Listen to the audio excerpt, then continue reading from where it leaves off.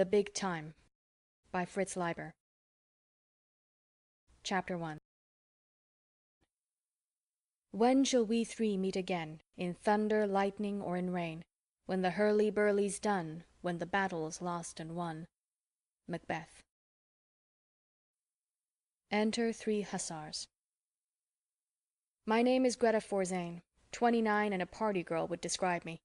I was born in Chicago, of Scandinavian parents, but now I operate chiefly outside space and time, not in heaven or hell, if there are such places, but not in the cosmos or universe you know either.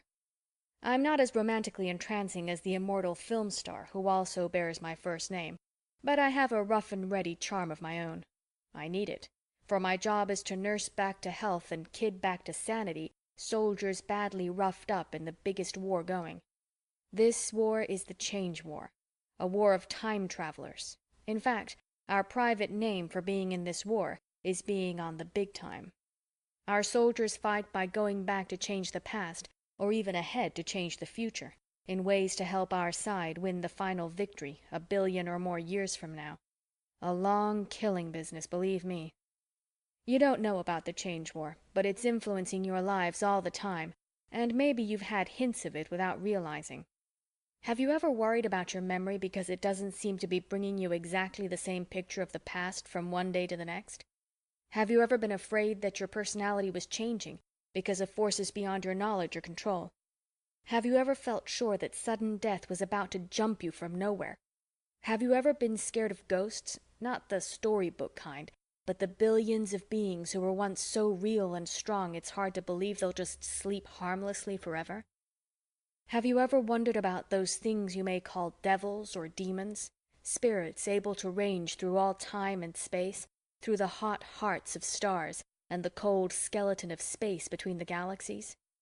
Have you ever thought that the whole universe might be a crazy, mixed-up dream? If you have, you've had hints of the Change War. How I got recruited into the Change War, how it's conducted, what the two sides are, why you don't consciously know about it, what I really think about it, you'll learn in due course. The place outside the cosmos where I and my pals do our nursing job, I simply call the place. A lot of my nursing consists of amusing and humanizing soldiers fresh back from raids into time. In fact, my formal title is entertainer, and I've got my silly side, as you'll find out. My pals are 2 other gals and 3 guys, from quite an assortment of times and places. We're a pretty good team, and with Sid bossing, we run a pretty good recuperation station, though we have our family troubles. But most of our troubles come slamming into the place with the beat-up soldiers, who've generally just been going through hell and want to raise some of their own. As a matter of fact, it was 3 newly arrived soldiers who started this thing I'm going to tell you about, this thing that showed me so much about myself and everything. When it started, I'd been on the big time for 1,000 sleeps and 2,000 nightmares, and working in the place for 500 1,000. This 2 nightmares routine every time you lay down your dizzy little head is rough, but you pretend to get used to it, because being on the big time is supposed to be worth it. The place is midway in size and atmosphere between a large nightclub, where the entertainers sleep in, and a small Zeppelin hangar decorated for a party, though a Zeppelin is one thing we haven't had yet. You go out of the place, but not often if you have any sense, and if you're an entertainer like me, into the cold light of a morning filled with anything from the earlier dinosaurs to the later spacemen, who look strangely similar except for size. Solely on doctor's orders, I have been on cosmic leave 6 times since coming to work at the place, meaning I have had 6 brief vacations, if you care to call them that, for believe me, they are busman's holidays, considering what goes on in the place all the time. The last one I spent in Renaissance Rome, where I got a crush on Cesare Borgia, but I got over it. Vacations are for the birds anyway, because they have to be fitted by the spiders into serious operations of the Change War, and you can imagine how restful that makes them. See those soldiers changing the past? You stick along with them. Don't go too far up front, though, but don't wander off either. Relax and enjoy yourself. Now, the kind of recuperation soldiers get when they come to the place is a horse of a far brighter color, simply dazzling by comparison. Entertainment is our business, and we give them a bang-up time and send them staggering happily back into action, though once in a great while something may happen to throw a wee shadow on the party. I am dead in some ways, but don't let that bother you. I'm lively enough in others. If you met me in the cosmos, you would be more apt to yak with me or try to pick me up than to ask a cop to do the same, or a father to douse me with holy water, unless you're one of those hard-boiled reformer types. But you're not likely to meet me in the cosmos because, bar Basin Street and the Prater, 15th century Italy and Augustan Rome, until they spoiled it, are my favorite, vacation spots. And as I have said, I stick as close to the place as I can. It is really the nicest place in the whole change world. Crisis. I even think of it capitalized. When this thing started, I was twiddling my thumbs on the couch nearest the piano and thinking it was too late to do my fingernails, and whoever came in probably wouldn't notice them anyway. The place was jumpy like it always is on an approach, and the gray velvet of the void around us was curdled with the uneasy lights you see when you close your eyes in the dark. Sid was tuning the maintainers for the pickup, and the right shoulder of his gold-worked gray doublet was streaked where he'd been wiping his face on it with quick ducks of his head. Beauregard was leaning as close as he could over Sid's other shoulder, one white-trousered knee neatly indenting the rose plush of the control divan, and he wasn't missing a single flicker of Sid's old fingers on the dials. Beau's co-pilot besides piano player. Beau's face had that dead blank look it must have had when every double eagle he owned, and more he didn't, were riding on the next card to be turned in the gambling saloon on one of those wedding cake Mississippi steamboats. Doc was soused as usual, sitting at the bar with his top hat pushed back and his knitted shawl pulled around him, his wide eyes seeing whatever horrors a life in Nazi-occupied Tsarist Russia can add to being a drunk demon in the change world. Maud, who is the old girl, and Lily, the new girl, of course, were telling the big beads of their identical pearl necklaces. You might say that all us entertainers were a bit edgy. Being demons doesn't automatically make us brave. Then the red telltale on the major maintainer went out, and the door began to darken in the void facing Sid and Beau, and I felt change winds blowing hard, and my heart missed a couple of beats, and the next thing 3 soldiers had stepped out of the cosmos and into the place, their first 3 steps hitting the floor hard as they changed times and weights. They were dressed as officers of hussars, as we'd been advised, and praise the bonny dew, I saw that the first of them was Eric, my own dear little commandant, the pride of the von Hohenwald and the terror of the snakes. Behind him was some hard-faced Roman or other, and beside Eric, and shouldering into him as they stamped forward, was a new boy, blonde, with a face like a Greek god who's just been touring a Christian hell. They were uniformed exactly alike in black, shakos, fur-edged pelisses, boots, and so forth, with white skull emblems on the shakos.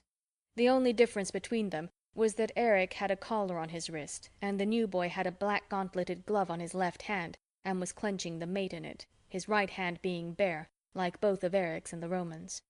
"You've made it, lads, hearts of gold," Sid boomed at them, and Beau twitched to smile and murmured something courtly, and Maud began to chant, "Shut the door," and the new girl copied her, and I joined in, because the change winds do blow like crazy when the door is open, even though it can't ever be shut tight enough to keep them from leaking through.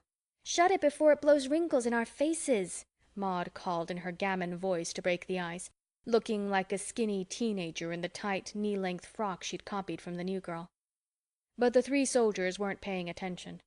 The Roman, I remembered his name was Mark, was blundering forward stiffly, as if there was something wrong with his eyes, while Eric and the new boy were yelling at each other about a kid and Einstein and a summer palace and a bloody glove and the snakes having booby-trapped St. Petersburg.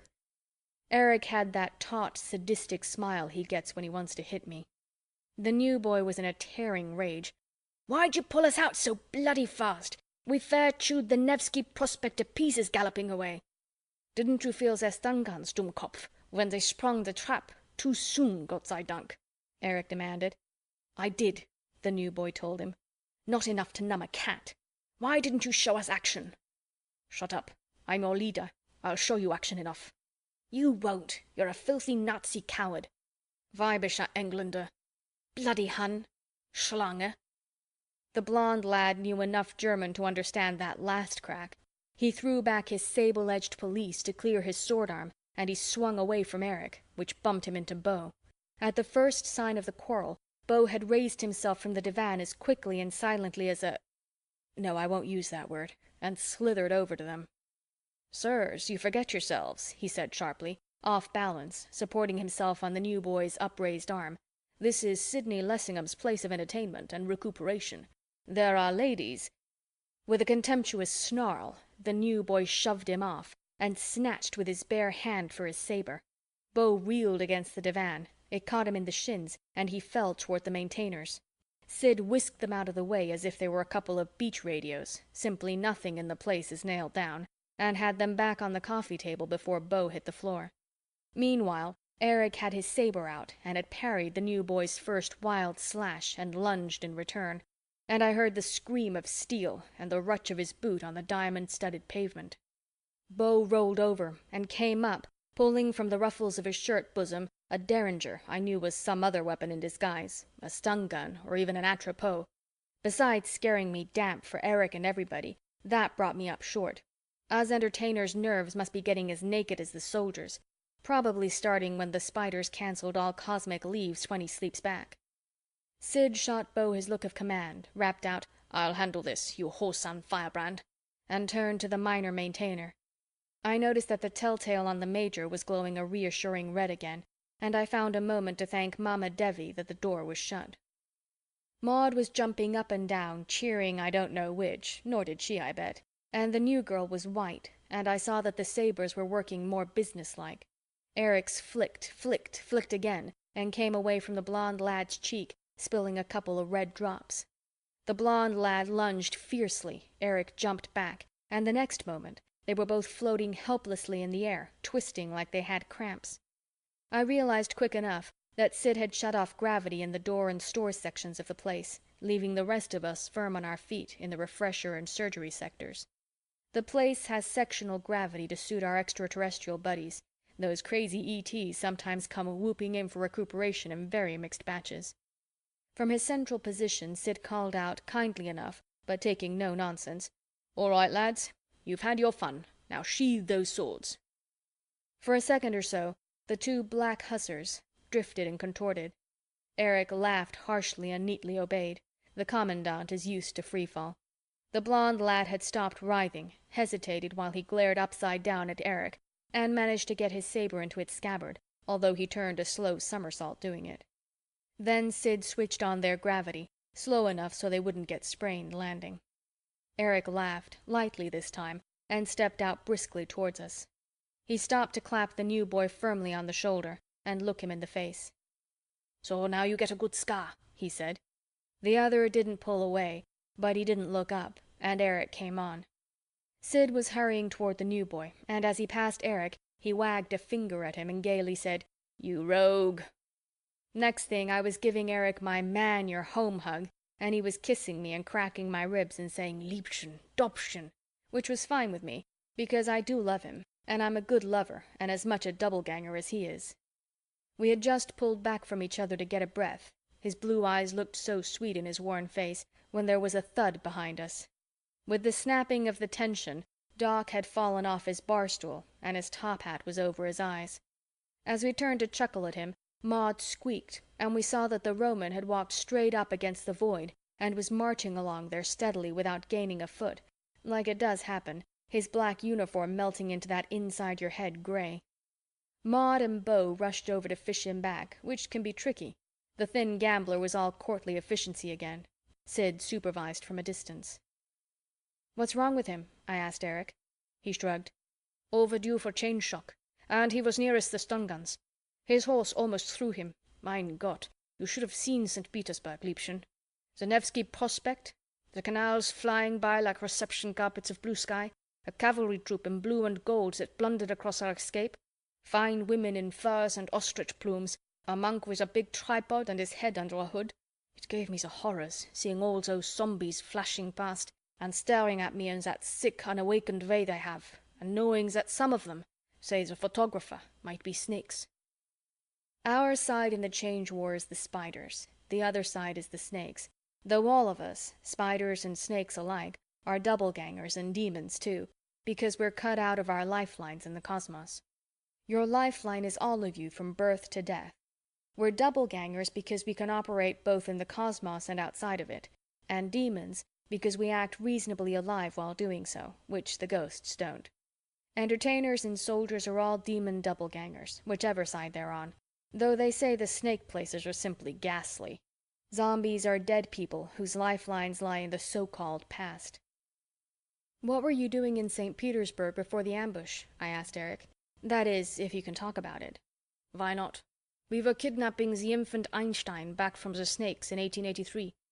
Yes, the snakes got him, Liebchen, only a few sleeps back, endangering the West's whole victory over Russia. Which gave your dear little Hitler the world on a platter for 50 years, and got me loved to death by your sterling troops in the liberation of Chicago. But which leads to the ultimate victory of the Spiders and the West over the snakes and communism, Liebchen. Remember that. Anyway, our counter-snatch didn't work. The snakes had guards posted, most unusual, and we weren't warned. The whole thing was a great mess. No wonder Bruce lost his head. Not that it excuses him. The new boy? I asked.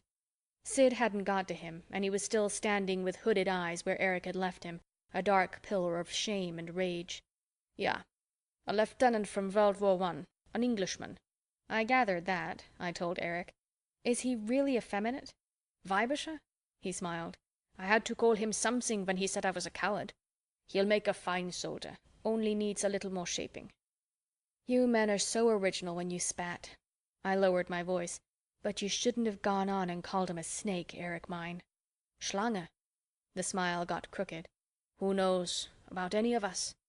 As St. Petersburg showed me, the snake spies are getting cleverer than ours. The blue eyes didn't look sweet now. Are you, Liebchen, really nothing more than a good loyal spider? Eric! All right, I went too far. With Bruce and with you too.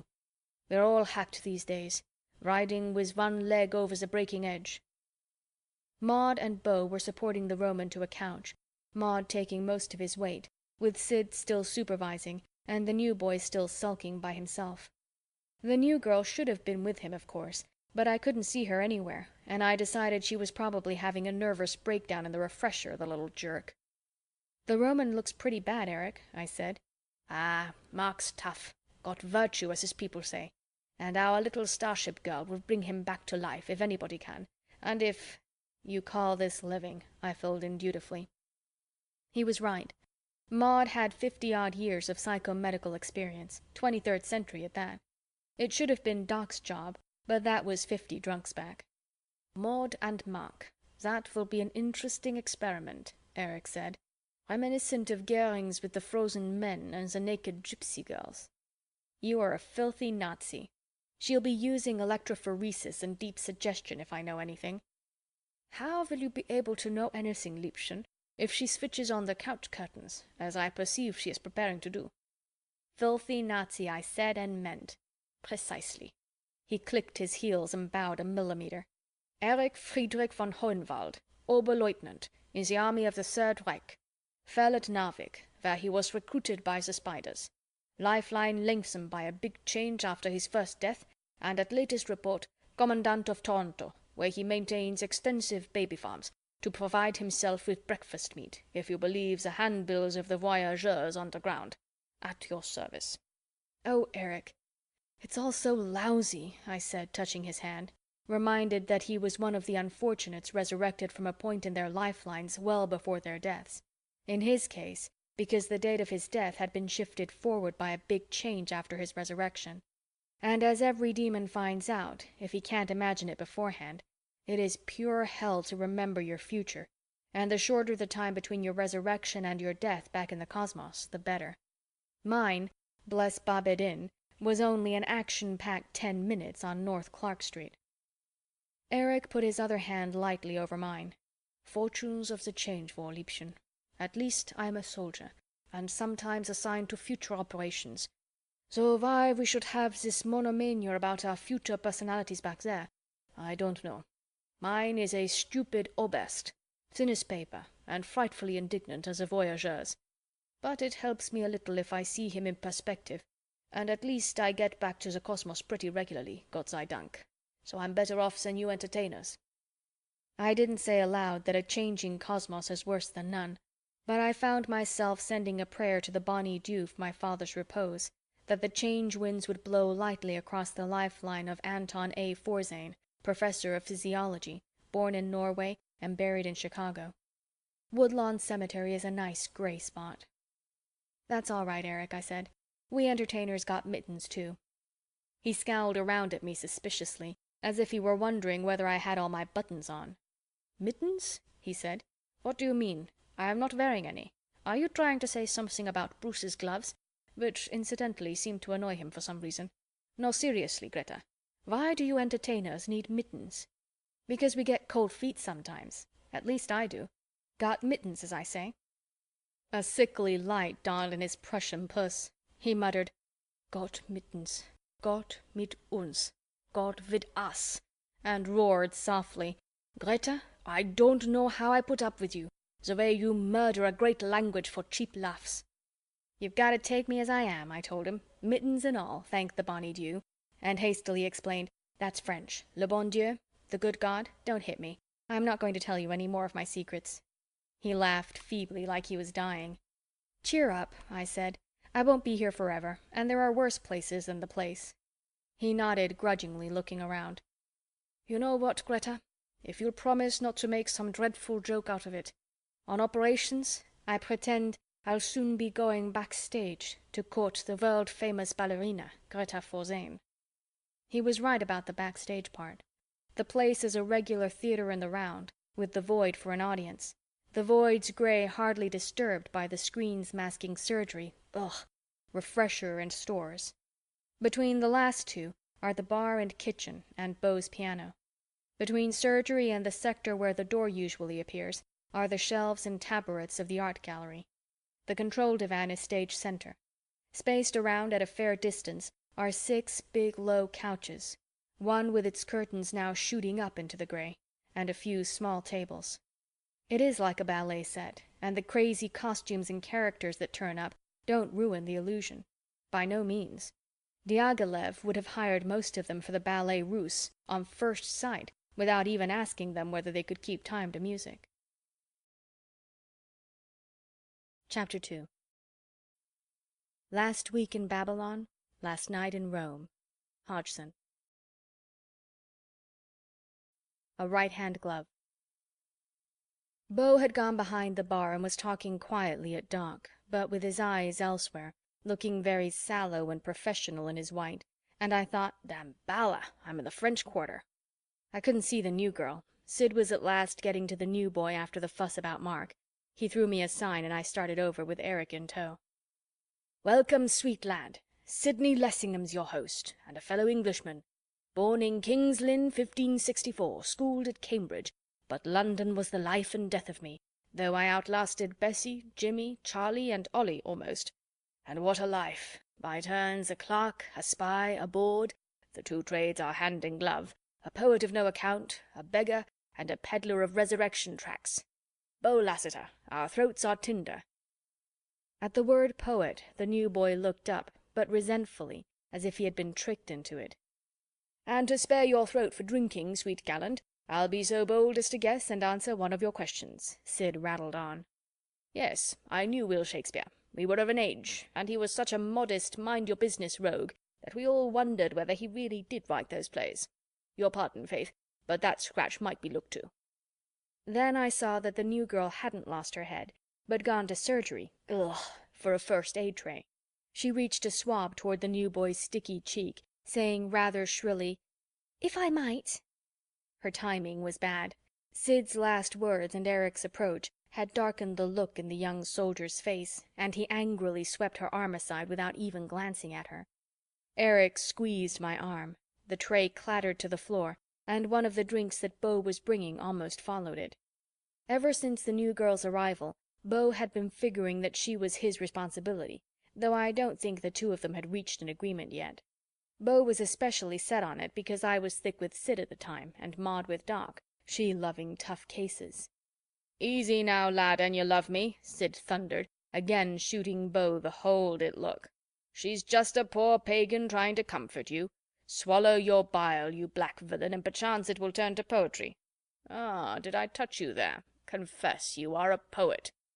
There isn't much gets by Sid, though for a second I forgot my psychology and wondered if he knew what he was doing with his insights. "Yes, I'm a poet, all right," the new boy roared. "I'm Bruce Marchant, you bloody zombies.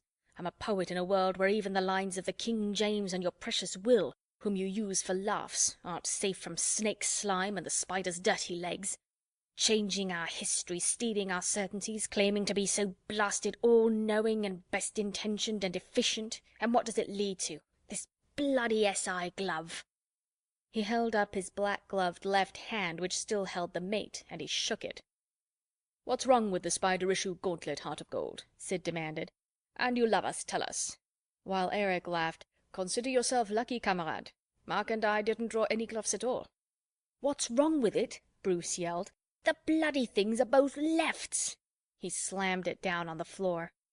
We all howled. We couldn't help it. He turned his back on us and stamped off, though I guessed he would keep out of the void.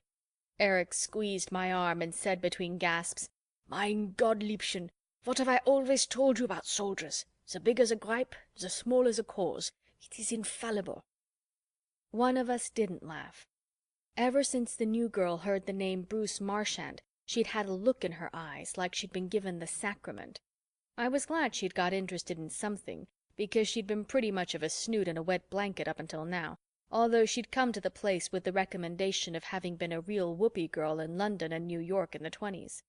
She looked disapprovingly at us as she gathered up the tray and stuff, not forgetting the glove, which she placed on the center of the tray like a holy relic. Beau cut over and tried to talk to her, but she ghosted past him, and once again he couldn't do anything because of the tray in his hands. He came over and got rid of the drinks quick. I took a big gulp right away, because I saw the new girl stepping through the screen into surgery, and I hate to be reminded we have it, and I'm glad Doc is too drunk to use it, some of the arachnoid surgical techniques being very sickening, as I know only too well from a personal experience that is number 1 on my list of things to be forgotten. By that time, Bruce had come back to us, saying in a carefully hard voice, "Look here, it's not the dashed glove itself, as you very well know, you howling demons." What is it then, noble heart? Sid asked, his grizzled gold beard heightening the effect of innocent receptivity. "It's the principle of the thing," Bruce said, looking around sharply, but none of us cracked a smile. "It's this mucking inefficiency and death of the cosmos, and don't tell me that isn't in the cards. Masquerading as benign omniscient authority, the spiders, and we don't know who they are ultimately, it's just a name. We see only agents like ourselves. The spiders pluck us from the quiet graves of our lifelines." "Is that bad, lad?" Sid murmured, innocently straight-faced. "And resurrect us if they can, and then tell us we must fight another time-traveling power called the Snakes, just a name, too, which is bent on perverting and enslaving the whole cosmos, past, present, and future." "And isn't it, lad?" "Before we're properly awake, we're recruited into the big time and hustled into tunnels and burrows outside our space-time, these miserable closets, gray sacks, pus pockets, no offense to this place, that the spiders have created, maybe by gigantic implosions, but no one knows for certain, and then we're sent off on all sorts of missions into the past and future to change history in ways that are supposed to thwart the Snakes." "True, lad." "And from then on, the pace is so flaming hot and heavy, the shocks come so fast, our emotions are wrenched in so many directions, our public and private metaphysics distorted so insanely, the deepest thread of reality we cling to tied in such bloody knots that we can never get things straight." "We've all felt that way, lad," Sid said soberly. Beau nodded his sleek death's head. "You should have seen me, camarade, my first 50 sleeps," Eric put in, while I added, "Us girls, too, Bruce." "Oh, I know I'll get hardened to it, and don't think I can't. It's not that," Bruce said harshly. "And I wouldn't mind the personal confusion, the mess it's made of my spirit. I wouldn't even mind remaking history and destroying priceless, once called imperishable beauties of the past, if I felt it were for the best. The spiders assure us that to thwart the Snakes, it is all important that the West ultimately defeat the East. But what have they done to achieve this? I'll give you some beautiful examples. To stabilize power in the early Mediterranean world, they have built up Crete at the expense of Greece, making Athens a ghost city, Plato a trivial fabulist, and putting all Greek culture in a minor key." You got time for culture? I heard myself say, and I clapped my hand over my mouth in gentle reproof. But you remember the dialogues, lad, Sid observed, and rail not at Crete. I have a sweet Keftian friend. For how long will I remember Plato's dialogues? And who after me? Bruce challenged.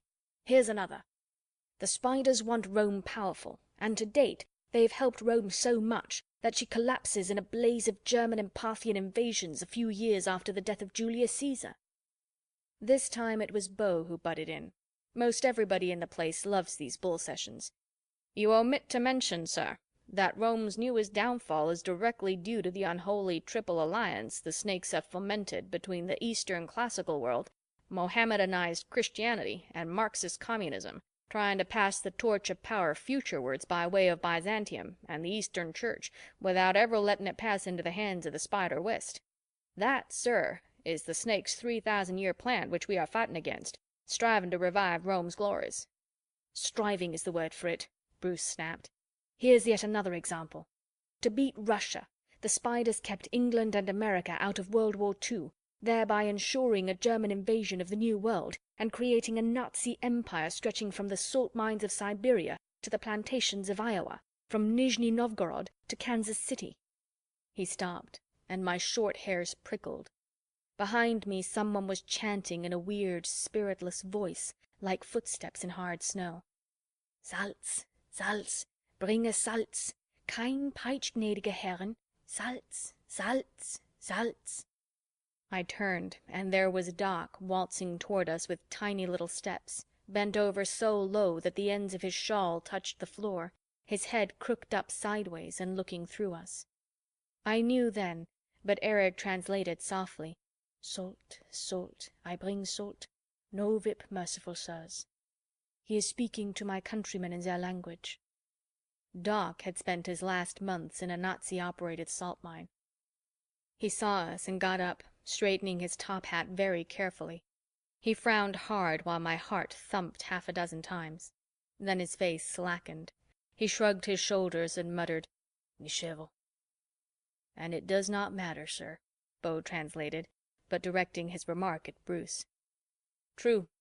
Great civilizations have been dwarfed or broken by the Change War, but others, once crushed in the bud, have bloomed. In the 1870s, I traveled a Mississippi that had never known Grant's gunboats. I studied piano, languages, and the laws of chance under the greatest European masters at the University of Vicksburg. And you think your pipsqueak steamboat culture is compensation for... Bruce began, but... Prithee, none of that, lad, Sid interrupted smartly. Nations are as equal as so many madmen or drunkards, and I'll drink dead drunk the man who disputes me. Hear reason. Nations are not so puny as to shrivel and vanish at the first tampering with their past. No, nor with the 10th.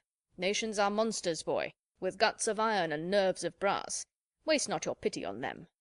True indeed, sir, Beau pressed, cooler and keener for the attack on his greater south. Most of us enter the Change War with the false metaphysic that the slightest change in the past, a grain of dust misplaced, will transform the whole future. It is a long while before we accept with our minds as well as our intellects the law of the conservation of reality, that when the past is changed, the future changes barely enough to adjust, barely enough to admit the new data. The change winds meet maximum resistance always. Otherwise, the first operation in Babylonia would have wiped out New Orleans, Sheffield, Stuttgart, and Maud Davies' birthplace on Ganymede. Note how the gap left by Rome's collapse was filled by the imperialistic and Christianized Germans.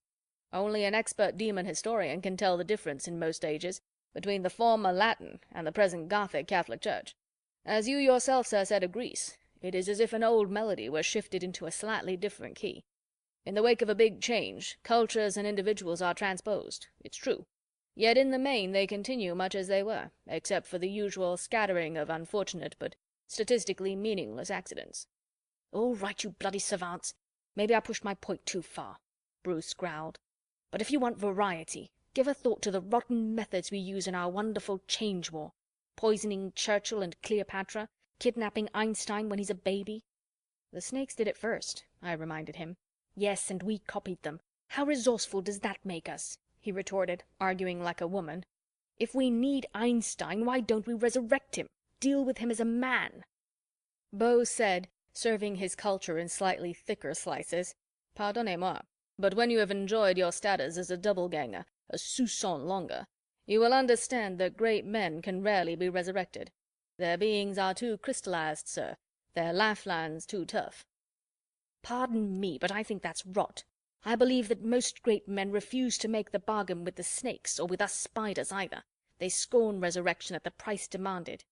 "Brother, they ain't that great," I whispered, while Beau glided on with, "However that may be, you have accepted resurrection, sir, and so incurred an obligation which you as a gentleman must honor." "I accepted resurrection all right," Bruce said, a glare coming into his eyes. "When they pulled me out of my line at Passchendaele in 17, 10 minutes before I died, I grabbed at the offer of life like a drunkard grabs at a drink the morning after. But even then I thought I was also seizing a chance to undo historic wrongs, work for peace." His voice was getting wilder all the time. Just beyond our circle, I noticed the new girl watching him worshipfully. "But what did I find the spiders wanted me for? Only to fight more wars, over and over again, make them crueler and stinkinger, cut the swath of death a little wider with each big change, work our way a little closer to the death of the cosmos." Sid touched my wrist, and as Bruce raved on, he whispered to me, "What kind of ball, think you, will please and so quench this fire-brained rogue? And you love me, discover it." I whispered back, without taking my eyes off Bruce either, "I know somebody who'll be happy to put on any kind of ball he wants, if he'll just notice her." "The new girl, sweetling. 'Tis well. This rogue speaks like an angry angel. It touches my heart, and I like it not." Bruce was saying hoarsely but loudly, "And so we're sent on operations in the past, and from each of those operations the change winds blow futurewards, swiftly or slowly according to the opposition they breast, sometimes rippling into each other, and any one of those winds may shift the date of our own death ahead of the date of our resurrection, so that in an instant, even here, outside the cosmos, we may moulder and rot, or crumble to dust and vanish away. The wind with our name in it may leak through the door." Faces hardened at that, because it's bad form to mention change death, and Eric flared out with, "Halt's Maul, Kamerad! There's always another resurrection." But Bruce didn't keep his mouth shut. He said, "Is there? I know the spiders promise it, but even if they do go back and cut another double-ganger from my lifeline, is he me?" He slapped his chest with his bare hand. "I don't think so. And even if he is me, with unbroken consciousness, why's he been resurrected again? Just to refight more wars and face more change death for the sake of an almighty power," his voice was rising to a climax, "an almighty power so bloody ineffectual it can't furnish one poor soldier pulled out of the mud of Passchendaele, one miserable change commando, one god-forsaken recuperee, a proper issue of equipment." And he held out his bare right hand toward us, fingers spread a little, as if it were the most amazing object and most deserving of outraged sympathy in the whole world. The new girl's timing was perfect. She whisked through us, and before he could so much as wiggle the fingers, she whipped a black gauntleted glove on it, and anyone could see that it fitted his hand perfectly. This time, our laughing beat the other. We collapsed and slopped our drinks and pounded each other on the back, and then started all over. "Ach, der Handsuchlieben! Where'd she get it?" Eric gasped in my ear. "Probably just turned the other one inside out. That turns a left into a right. I've done it myself," I wheezed, collapsing again at the idea. "That would put the lining outside," he objected. "Then I don't know," I said. "We got all sorts of junk in stores." "It doesn't matter, Liebchen," he assured me. "Ugh, der Handtuch!" All through it, Bruce just stood there, admiring the glove, moving the fingers a little now and then, and the new girl stood watching him as if he were eating a cake she'd baked. When the hysteria quieted down, he looked up at her with a big smile. "What did you say your name was?"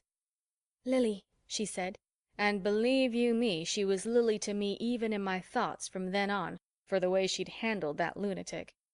"Lillian Foster," she explained. "I'm English also. Mr. Marchant, I've read A Young Man's Fancy I don't know how many times." "You have? It's wretched stuff. From the Dark Ages. I mean, my Cambridge days. In the trenches, I was working up some poems that were rather better." "I won't hear you say that. But I'd be terribly thrilled to hear the new ones. Oh, Mr. Marchant, it was so strange to hear you call it Passchendaele." Why, if I may ask? Because that's the way I pronounce it to myself, but I looked it up, and it's more like Paskendale. Bless you. All the Tommies call it Passchendaele, just as they called Ypres Wipers. How interesting. You know, Mr. Marchant, I'll wager we were recruited in the same operation, summer of 1917. I'd got to France as a Red Cross nurse, but they found out my age and were going to send me back. How old were you? Are you? Same thing, I mean to say. 17. 17 and 17, Bruce murmured, his blue eyes glassy. It was real corny dialogue, and I couldn't resent the humorous leer Eric gave me as we listened to them, as if to say, "Ain't it nice, Liebchen? Bruce has a silly little English schoolgirl to occupy him between operations." Just the same, as I watched Lily in her dark bangs and pearl necklace, and tight little grey dress that reached barely to her knees, and Bruce hulking over her tenderly in his snazzy hussar's rig, I knew that I was seeing the start of something that hadn't been part of me since Dave died, fighting Franco, years before I got on the big time. The sort of thing that almost made me wish there could be children in the Change World. I wondered why I'd never thought of trying to work things so that Dave got resurrected, and I told myself no, it's all changed. I've changed. Better the change winds don't disturb Dave, or I know about it. No, I didn't die in 1917. I was merely recruited then, Lily was telling Bruce. I lived all through the 20s, as you can see from the way I dress. But let's not talk about that, shall we? Oh, Mr. Marchant, do you think you can possibly remember any of those poems you started in the trenches? I can't fancy them bettering your sonnet that concludes with, "The bough swings in the wind, the night is deep. Look at the stars, poor little ape, and sleep." That one almost made me whoop. What monkeys we are, I thought. Though I'd be the first to admit that the best line to use on a poet is one of his own. In fact, as many as possible. I decided I could safely forget our little Britons and devote myself to Eric, or whatever needed me. Chapter 3. Hell is the place for me, for to hell go the fine churchmen and the fine knights killed in the tourney or in some grand war, the brave soldiers and the gallant gentlemen. With them will I go. There go also the fair gracious ladies who have lovers 2 or 3 beside their lord. There go the gold and the silver, the sables and ermine. There go the harpers and the minstrels and the kings of the earth. Aucassin. 9 for a party. I exchanged my drink for a new one from another tray Beau was bringing around. The gray of the void was beginning to look real pleasant, like warm, thick mist with millions of tiny diamonds floating in it. Doc was sitting grandly at the bar with a steaming tumbler of tea, a chaser, I guess, since he was just putting down a shot glass. Sid was talking to Eric and laughing at the same time, and I said to myself, it begins to feel like a party, but something's lacking.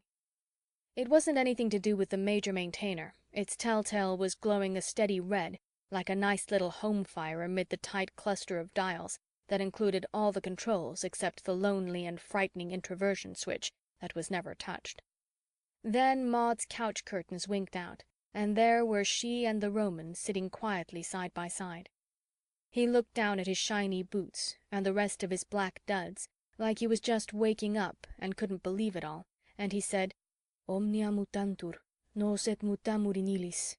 And I raised my eyebrows at Beau, who was taking the tray back, and he did proud by old Vicksburg by translating, "All things change and we change with 'em." Then Mark slowly looked around at us, and I can testify that a Roman smile is just as warm as any other nationality, and he finally said, "We are 9, the proper number for a party. The couches too, it is good." Maud chuckled proudly, and Eric shouted, "Welcome back from the void, Kamerad." And then, because he's German and thinks all parties have to be noisy and satirically pompous, he jumped on a couch and announced, "Herren und Damen, permit me to introduce the noblest Roman of them all, Marcus Vipsaius Niger, legate to Nero Claudius, called Germanicus in a former time stream, and who in 763 AUC, correct, Mark? It means 10 AD, you meatheads, died bravely fighting the Parthians and the Snakes in the Battle of Alexandria. Hoch, hoch, hoch!" We all swung our glasses and cheered with him, and Sid yelled at Eric, "Keep your feet off the furniture, you unschooled rogue," and grinned and boomed at all 3 hussars, "Take your ease, recuperees," and Maud and Mark got their drinks, the Roman paining Beau by refusing Falernian wine in favor of scotch and soda, and right away everyone was talking a mile a minute. We had a lot to catch up on. There was the usual yak about the war. The Snakes are laying minefields in the void. I don't believe it. How can you mine nothing? And the shortages, bourbon, bobby pins, and the stabilitin that would have brought Mark out of it faster. And what had become of people. Marcia, oh, she's not around anymore. She had been caught in a change gale, and green and stinking in 5 seconds. But I wasn't going to say that. And Mark had to be told about Bruce's glove, which convulsed us all over again. And the Roman remembered a legionary who had carried a gripe all the way to Octavius because he'd accidentally been issued the unbelievable luxury item sugar instead of the usual salt. And Eric asked Sid if he had any new ghost girls in stock, and Sid sucked his beard like the old goat he is. Dost thou ask me, lusty Allemande? Nay, there are several great beauties, amongst them an Austrian countess from Strauss's Vienna, and if it were not for Sweetling here, I poked a finger in Eric's chest between 2 of the bright buttons with their tiny death's heads. You, my little Hohenwald, are a menace to us real girls. You have too much of a thing about the unawakened ghost kind. He called me his little demon and hugged me a bit too hard to prove it wasn't so, and then he suggested we show Bruce the art gallery. I thought this was a real brilliant idea, but when I tried to argue him out of it, he got stubborn. Bruce and Lily were willing to do anything anyone wanted them to, though not so willing to pay any attention while doing it. The saber cut was just a thin red line on his cheek. She'd washed away all the dried blood. The gallery gets you, though. It's a bunch of paintings and sculptures, and especially odd knickknacks, all made by soldiers recuperating here, and a lot of them telling about the Change War from the stuff they're made of. Brass cartridges, flaked flint, bits of ancient pottery glued into futuristic shapes, mashed up Incan gold rebeaten by a Martian, whirls of beady Lunan wire, a picture in tempera on a crinkle-cracked thick round of quartz that had filled a starship porthole, a Sumerian inscription chiseled into a brick from an atomic oven.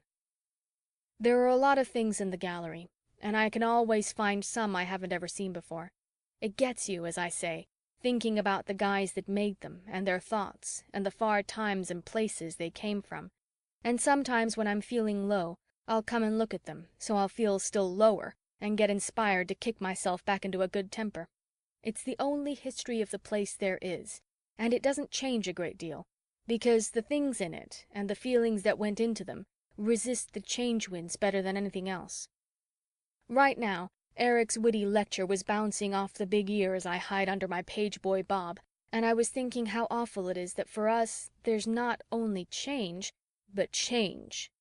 You don't know from one minute to the next whether a mood or idea you've got is really new or just welling up into you because the past has been altered by the spiders or snakes. Change winds can blow not only death, but anything short of it, down to the featheriest fancy. They blow thousands of times faster than time moves, but no one can say how much faster, or how far one of them will travel, or what damage it'll do, or how soon it'll damp out. The big time isn't the little time.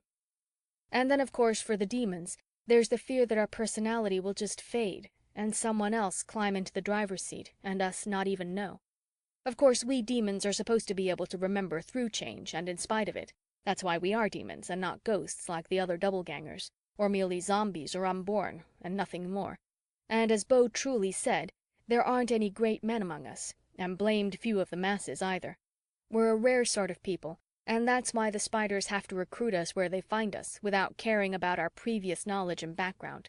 A foreign legion of time, a strange kind of folk, bright but always in the background, with built-in nostalgia and cynicism, as adaptable as Centaurian shape-changers, but with memories as long as a Lunan's 6 arms. A kind of change people, you might say, the cream of the damned. But sometimes I wonder if our memories are as good as we think they are, and if the whole past wasn't once entirely different from anything we remember, and we've forgotten that we forgot.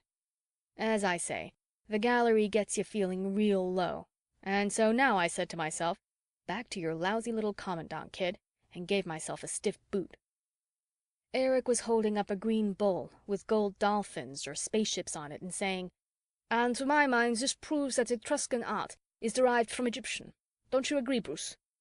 Bruce looked up, all smiles from Lily, and said, "What was that, dear chap?" Eric's forehead got dark as the door, and I was glad the hussars had parked their sabers along with their shakos. But before he could even get out a Jerry cuss word, Doc breezed up in that plateau state of drunkenness so like hypnotized sobriety, moving as if he were on a dolly, ghosted the bowl out of Eric's hand, said, "A beautiful specimen of middle systemic Venusian. When 8H finished it, he told me you couldn't look at it and not feel the waves of the northern Venusian shallows rippling around your hoofs. But it might look better inverted. I wonder. Who are you, young officer?" "Nishevo." And he carefully put the bowl back on its shelf and rolled on. It's a fact that Doc knows the art gallery better than any of us, really by heart, he being the oldest inhabitant, though he maybe picked a bad time to show off his knowledge. Eric was going to take out after him, but I said, "Nix, Kamerad, remember gloves and sugar," and he contented himself with complaining, "That Nishevo, it's so gloomy and hopeless. Ungeheuerlich. I tell you, Liebchen, they shouldn't have Russians working for the Spiders, not even as entertainers." I grinned at him and squeezed his hand. "Not much entertainment in Doc these days, is there?" I agreed. He grinned back at me a shade sheepishly, and his face smoothed, and his blue eyes looked sweet again for a second, and he said, "I shouldn't want to claw out at people that way, Greta, but at times I am just a jealous old man." Which is not entirely true, as he isn't a day over 33, although his hair is nearly white. Our lovers had drifted on a few steps until they were almost fading into the surgery screen. It was the last spot I would have picked for the formal preliminaries to a little British smooching, but Lily probably didn't share my prejudices, though I remembered she'd told me she'd served a brief hitch in an arachnoid field hospital before being transferred to the place. But she couldn't have had anything like the experience I'd had during my short and sour career as a spider nurse, when I'd acquired my best hated nightmare and flopped completely, job-wise but on the floor too, at seeing a doctor flick a switch and a being, badly injured but human, turn into a long cluster of glistening, strange fruit. Ugh! It always makes me want to toss my cookies and my buttons. And to think that dear old Daddy Anton wanted his Greta child to be a doctor. Well, I could see this wasn't getting me anywhere I wanted to go, and after all, there was a party going on. Doc was babbling something at a great rate to Sid. I just hoped Doc wouldn't get inspired to go into his animal imitations, which sound pretty fierce and once seriously offended some recuperating ETs. Maud was demonstrating to Mark a 23rd century two-step, and Beau sat down at the piano and improvised softly on her rhythm. As the deep thrumming, relaxing notes hit us, Eric's face brightened and he dragged me over.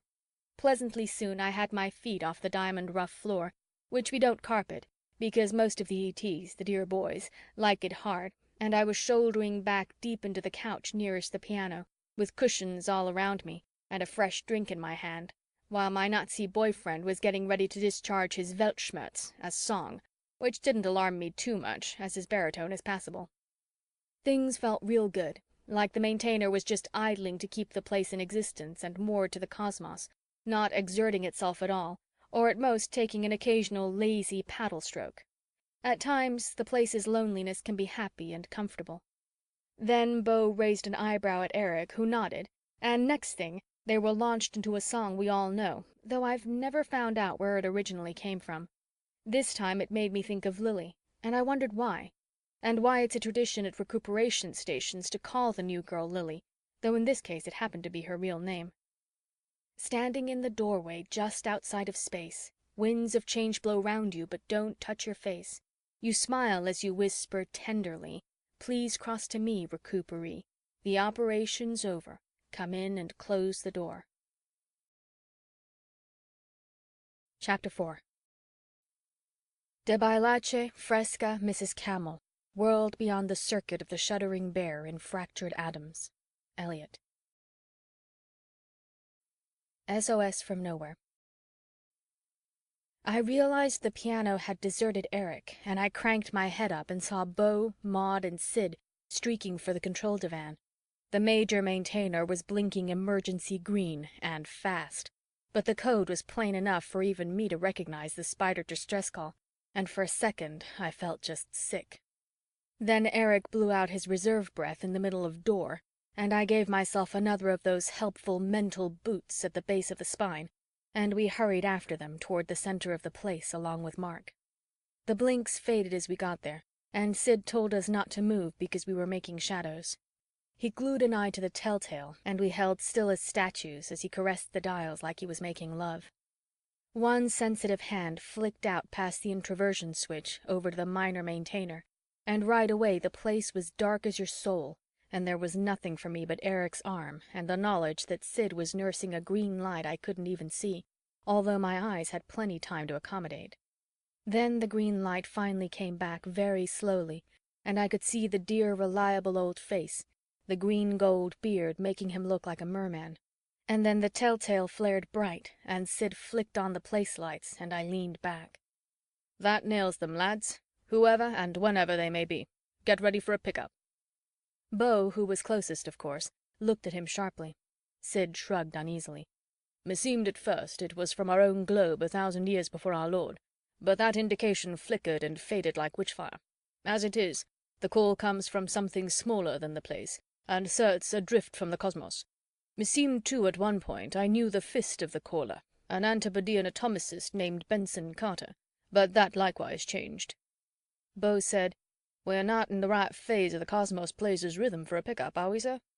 Sid answered, Ordinarily not, boy. Beau continued, I didn't think we had any pickups scheduled, or standby orders. Sid said, We haven't. Mark's eyes glowed. He tapped Eric on the shoulder. An Octavian denarius against 10 Reichsmarks. It is a snake trap. Eric's grin showed his teeth. Make it fast through the door next operation, and I'm on. It didn't take that to tell me things were serious, or the thought that there's always a first time for bumping into something from really outside the cosmos. The snakes have broken our code more than once. Maud was quietly serving out weapons, and Doc was helping her. Only Bruce and Lily stood off, but they were watching. The telltale brightened. Sid reached toward the maintainer, saying, All right, my hearties. Remember, through this doorway past the fishiest finaglers in and out of the cosmos. The door appeared to the left, and above where it should be, and darkened much too fast. There was a gust of stale salt sea wind, if that makes sense, but no stepped-up changed winds I could tell. And I had been bracing myself against them. The door got inky, and there was a flicker of gray fur whips, and a flash of copper flesh and gilt, and something dark, and a clump of hooves, and Eric was sighting a stun gun across his left forearm, and then the door had vanished like that, and a tentacled silvery Lunan and a Venusian satyr were coming straight toward us. The Lunan was hugging a pile of clothes and weapons. The satyr was helping a wasp-waisted woman carry a heavy-looking bronze chest. The woman was wearing a short skirt and high-collared bolero jacket of leather so dark brown it was almost black. She had a two-horned Petsofa hairdress and was boldly gilded here and there, and wore sandals and copper anklets and wristlets, one of them a copper-plated collar, and from her wide copper belt hung a short-handled, double-headed axe. She was dark-complexioned, and her forehead and chin receded, but the effect was anything but weak. She had a face like a beautiful arrowhead, and a familiar one, by golly. But before I could say Cabisia labris, Maud shrilly beat me to it with, "It's Cabby with 2 friends. Break out a couple of ghost girls." And then I saw it really was Old Home Week, because I recognized my Lunan boyfriend, Ilhilihis, and in the midst of all the confusion, I got a nice kick out of knowing I was getting so I could tell the personality of one silver-furred muzzle from another. They reached the control divan, and Illy dumped his load, and the others let down the chest, and Cabby staggered, but shook off the 2 ETs when they started to support her, and she looked daggers at Sid when he tried to do the same, although she's his sweet Keftian friend he'd mentioned to Bruce. She leaned straight-armed on the divan and took 2 gasping breaths so deep that the ridges of her spine showed through her brown-skinned waist. And then she threw up her head and commanded, "Wine." While Beau was rushing it, Sid tried to take her hand again, saying, "Sweetling, I'd never heard you call before, and knew not this pretty little fist." But she ripped out, "Save your comfort for the Lunan." And I looked and saw, hey Zeus, that one of Ilhilihis's 6 tentacles was lopped off halfway. That was for me, and going to him, I fast briefed myself. Remember, he only weighs 50 pounds for all he's 7 feet high. He doesn't like low sounds or to be grabbed. The two legs aren't tentacles and don't act the same, uses them for long walks, tentacles for leaps, uses tentacles for close vision too, and for manipulation, of course. Extended, they mean he's at ease, retracted, on guard or nervous, sharply retracted, disgusted, greeting. Just then, one of them swept across my face like a sweet-smelling feather duster, and I said, "Illy man, it's been a lot of sleeps," and brushed my fingers across his muzzle. It still took a little self-control not to hug him, and I did reach a little cluckingly for his lopped tentacle, but he wafted it away from me, and the little voice box belted to his side squeaked, "Naughty, naughty, Papa will fix his little old self. Greta girl, ever bandaged even a Terra octopus?" I had, an intelligent one from around 250,000,000 AD, but I didn't tell him so. I stood and let him talk to the palm of my hand with one of his tentacles. I don't savvy feather talk, but it feels good, though I've often wondered who taught him English, and watched him use a couple others to whisk a sort of Lunan band-aid out of his pouch and cap his wound with it. Meanwhile, the satyr knelt over the bronze chest, which was decorated with little death's heads and crosses with hoops at the top and swastikas, but looking much older than Nazi. And the satyr said to Sid, "Quick thinking, Gov, when you saw the door coming in high and softened up gravity under it. But could I have smelt now?"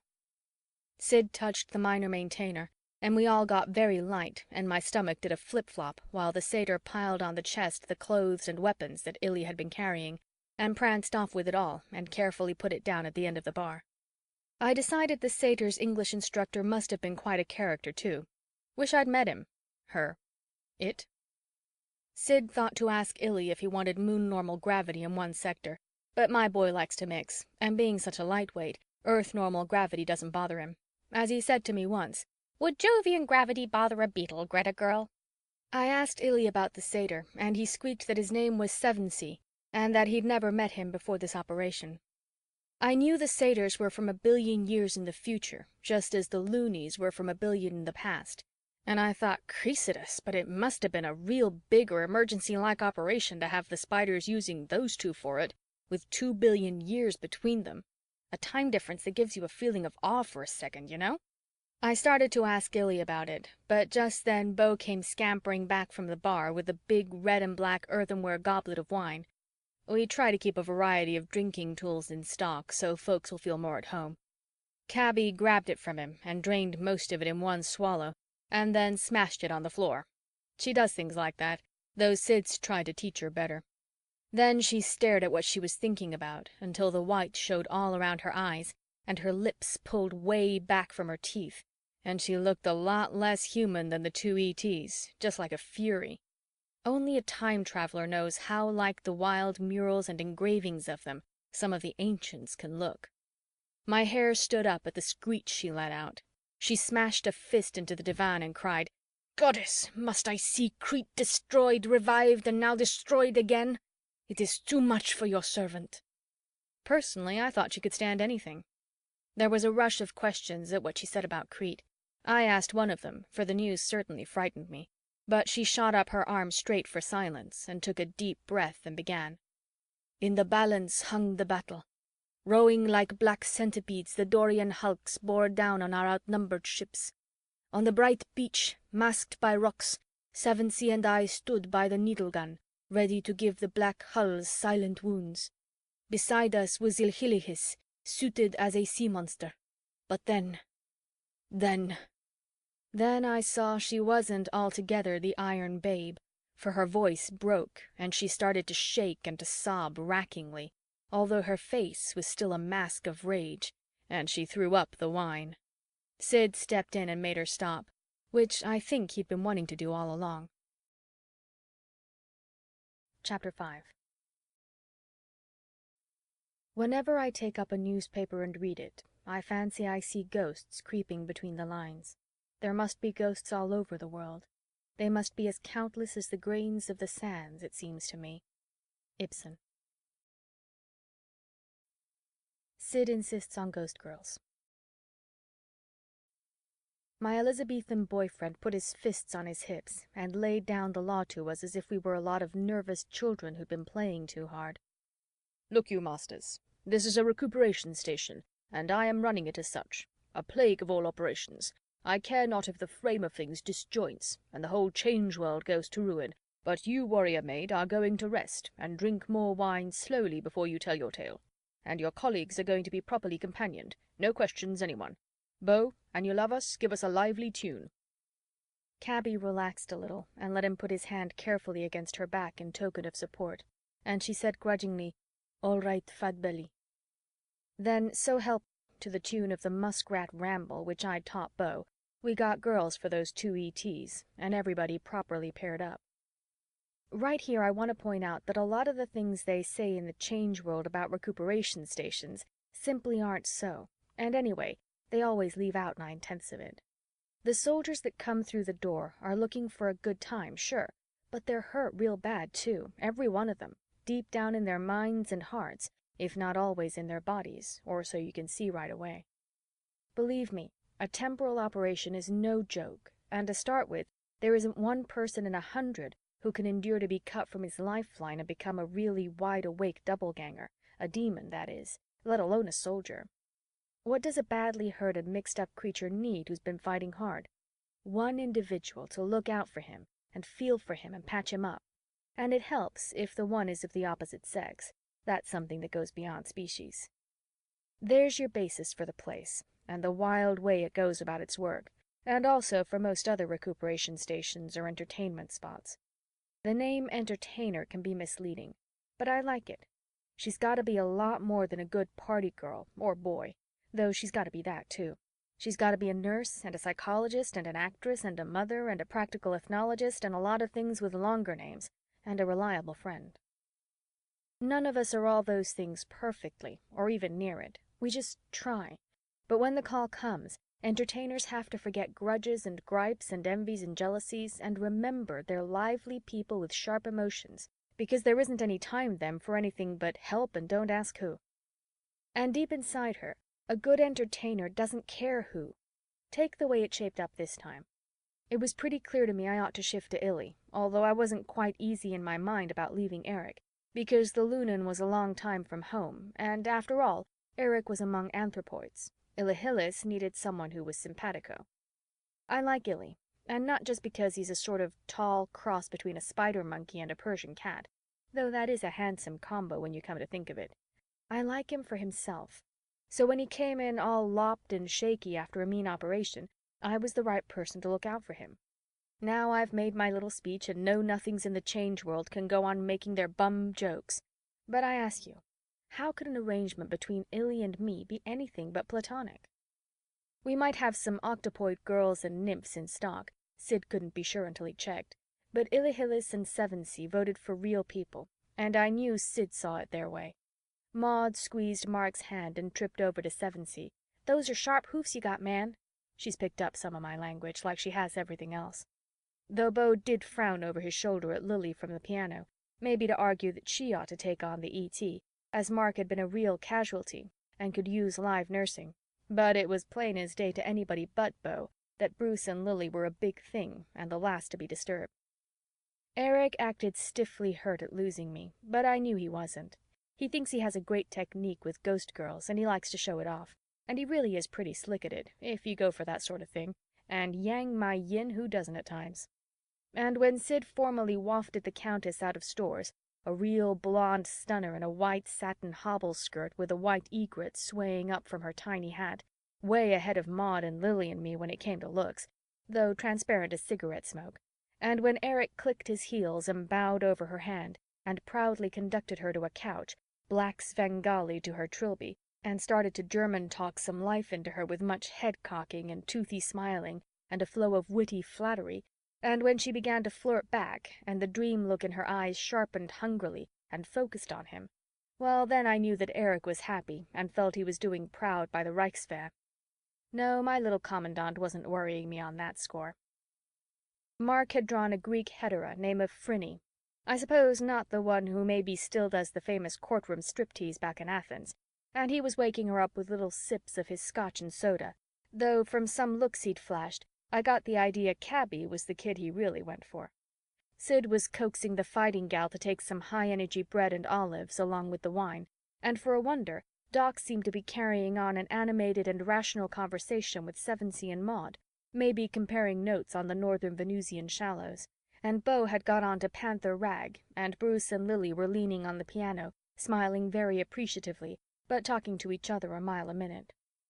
Illy turned back from inspecting them all and squeaked, "Animals with clothes are so refreshing, darling. Like you're all carrying banners." Maybe he had something there, though my banners were kind of Ash Wednesday, a charcoal gray sweater and skirt.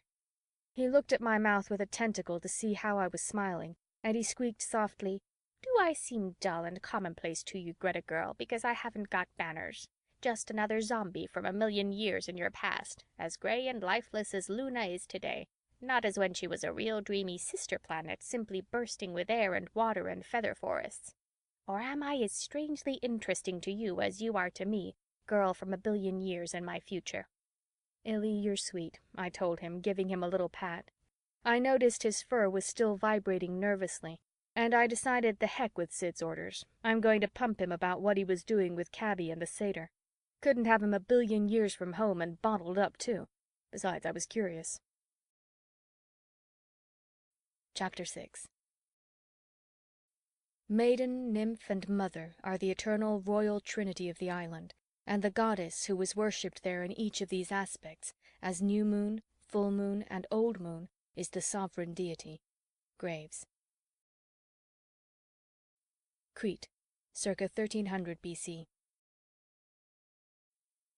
Cabby pushed back at Sid some seconds of bread and olives, and when he raised his bushy eyebrows, gave him a curt nod that meant she knew what she was doing. She stood up and sort of took a position. All the talk quieted down fast, even Bruce's and Lily's. Cabby's face and voice weren't strained now, but they weren't relaxed either. "Woe to Spider! Woe to Cretan! Heavy is the news I bring you. I bear it bravely, like strong women. When we got the gun unlimbered, I heard seaweed fry and crackle. We three leapt behind the rock wall, saw our gun grow white as sunlight in a heat ray of the serpents. Natch, we feared we were outnumbered, and I called upon my caller." I don't know how she does it, but she does, in English too.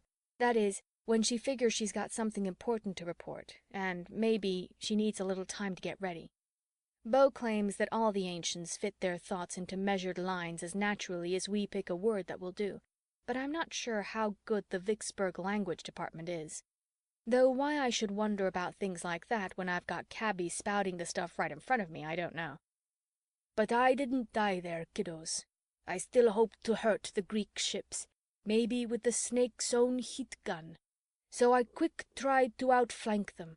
My two comrades crawled beside me. They are males, but they have courage.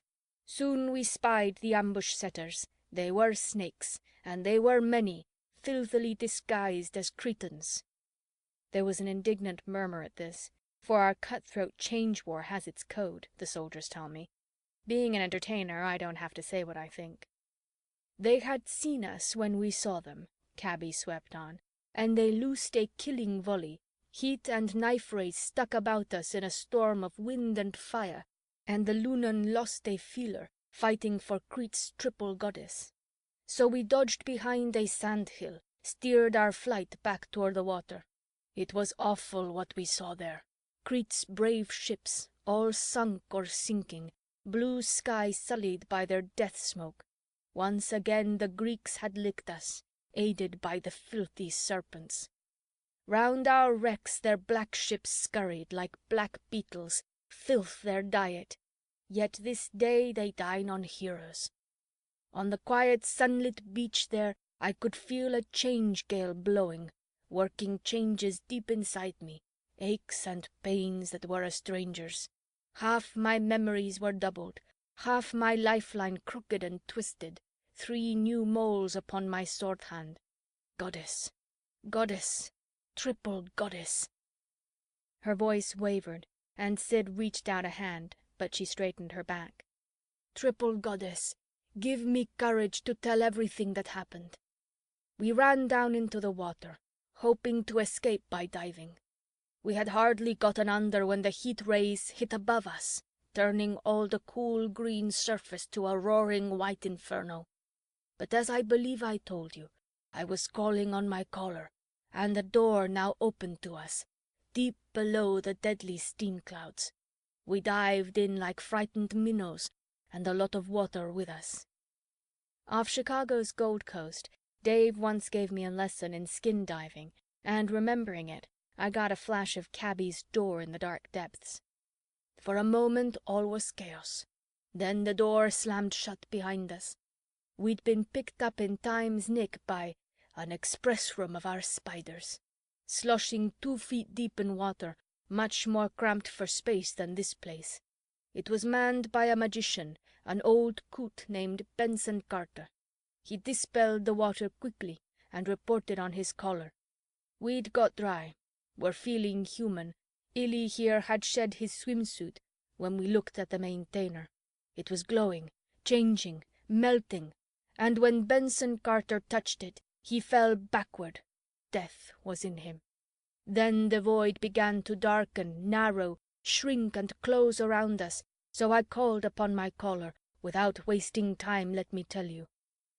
We can't say for sure what it was slowly squeezed that sweet express room, but we fear the dirty snakes have found a way to find our places and attack outside the cosmos. Found the spider web that links us in the void's grey less than nothing. No murmur this time. This reaction was genuine. We'd been hit where we lived, and I could see everybody was scared as sick as I was. Except maybe Bruce and Lily, who were still holding hands and beaming gently. I decided they were the kind that love makes brave, which it doesn't do to me. It just gives me 2 people to worry about. I can see you dig our feelings, Cabby continued. This thing scared the pants off of us. If we could have, we'd have even introverted the maintainer, broken all the ties that bind us, chanced it incommunicado. But the little old maintainer was a seething red-hot puddle filled with bubbles big as handballs. We sat tight and watched the void close. I kept calling on my caller. I squeezed my eyes shut, but that made it easier to see the 3 of them with the void shutting down on them. Was ours still behaving? Yes, Bibby Miriam. Poetry or no poetry, it got me. Benson Carter, lying down, also thought the snakes had done it, and he knew that death was in him, so he whispered me his mission, giving me precise instructions, how to press the 7 death's hands, starting lock-side counterclockwise. 1, 3, 5, 6, 2, 4, 7. Then you have a half an hour. After you have pressed the 7, do not monkey with the buttons. Get out fast and don't stop moving. I wasn't getting this part, and I couldn't see that anyone else was, though Bruce was whispering to Lily. I remembered seeing skulls engraved on the bronze chest.